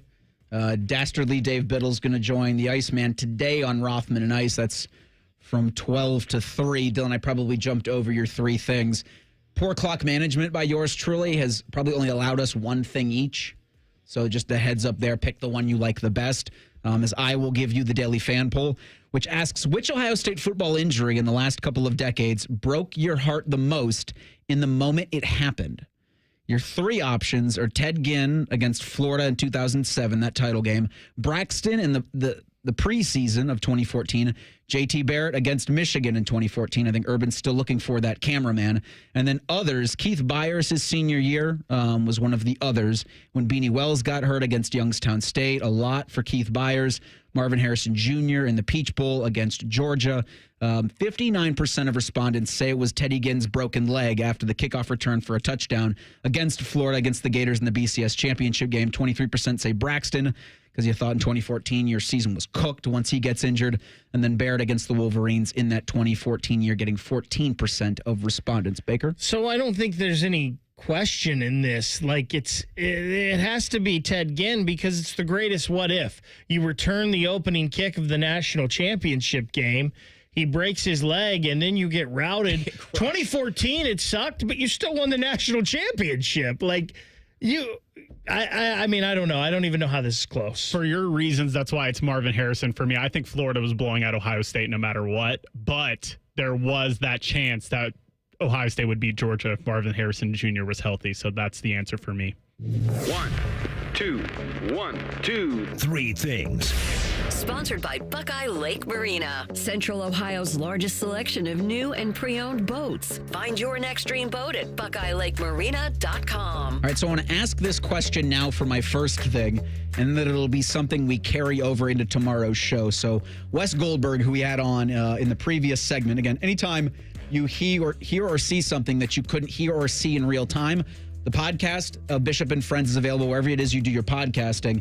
And then the YouTube show that we broadcast weekdays from 9 to noon is available on demand on YouTube at WBNS Radio, or just search 97.1 The Fan. It'll be there for you. But Wes talked about the odds for next season in the NBA and how the Rockets have the fourth best odds after the acquisition of Kevin Durant. And I do think, because Houston had the second best record in the West this season, I think it does make them a legitimate title contender. They were already a legitimate title contender, but who right now would you have more faith in leading their team to a championship? And I'll just go conference championship right now. Kevin Durant taking the Rockets to the Western Conference Finals next season, or Aaron Rodgers taking the Steelers to the AFC Championship this upcoming season? Who would you have more faith in? Baker, I'll start with you. I think for me, it would be Rodgers, just because I have faith in the Steelers organization. Dylan? I think that's a really good question, Reeser, but I agree. I think it's Aaron Rodgers. My first thing, 25 years ago today, the CBJ expansion draft took place, gave us our first glimpse of what the team on the ice would look like, gave us some folk heroes in Blue Jackets world like Jeff Sanderson, Tyler Wright, Kevin Dineen, Lyle Odeline, excited for the 25th anniversary season of the Columbus Blue Jackets this fall and winter. For me, I think a dynasty was born yesterday in OKC. Wes kind of pointed out how many pieces they have under contract and for how long. The Oklahoma City team really reminds me of the Spurs that won 5 rings from 99 to 2014. I really think you're going to see OKC go on that type of run in the next few years. Yeah, and I also don't want the Haliburton injury to overshadow just how good things were for Oklahoma City and how good that team is and how much fun they were. But hopefully Tyrese can get back, get healthy, and that Pacers team can return. Because as a folly for the Cleveland Cavaliers, I do think it would set up for an enjoyable future if you had the Cavs and the Pacers battling in the Eastern Conference. Because I don't think the Heat are going to be anything. I don't necessarily know what the future holds for the Milwaukee Bucks. I don't have any faith in the process for the 76ers.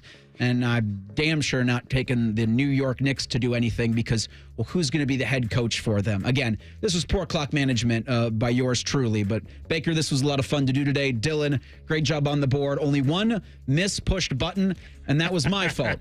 We will effort so hard to do better tomorrow. Bishop and Friends on The Fan. Common Man, radio veteran, has a large hemorrhoid. Timmy Hall, a good, clean boy, moonlights as man's hemorrhoid. Common Man and Timmy. Weekdays at 3. The Fan. Common Man here. Let me tell you something. I'm on these Germain inter-office emails. At Germain Lexus, during the month of June, they've challenged themselves to sell more cars than they ever have in 1 month. What does that mean? Well, I'm stupid, but to me, that means they're willing to deal, baby. And the memorial cars are on the lot. The ones the golfers drive for the tournament are now available to you. I have been a Germain customer for years, even before I started doing the commercials. If you're in the market, please stop in. Germain Lexus, 2 locations to serve you, Dublin and Easton, GermainLexus.com.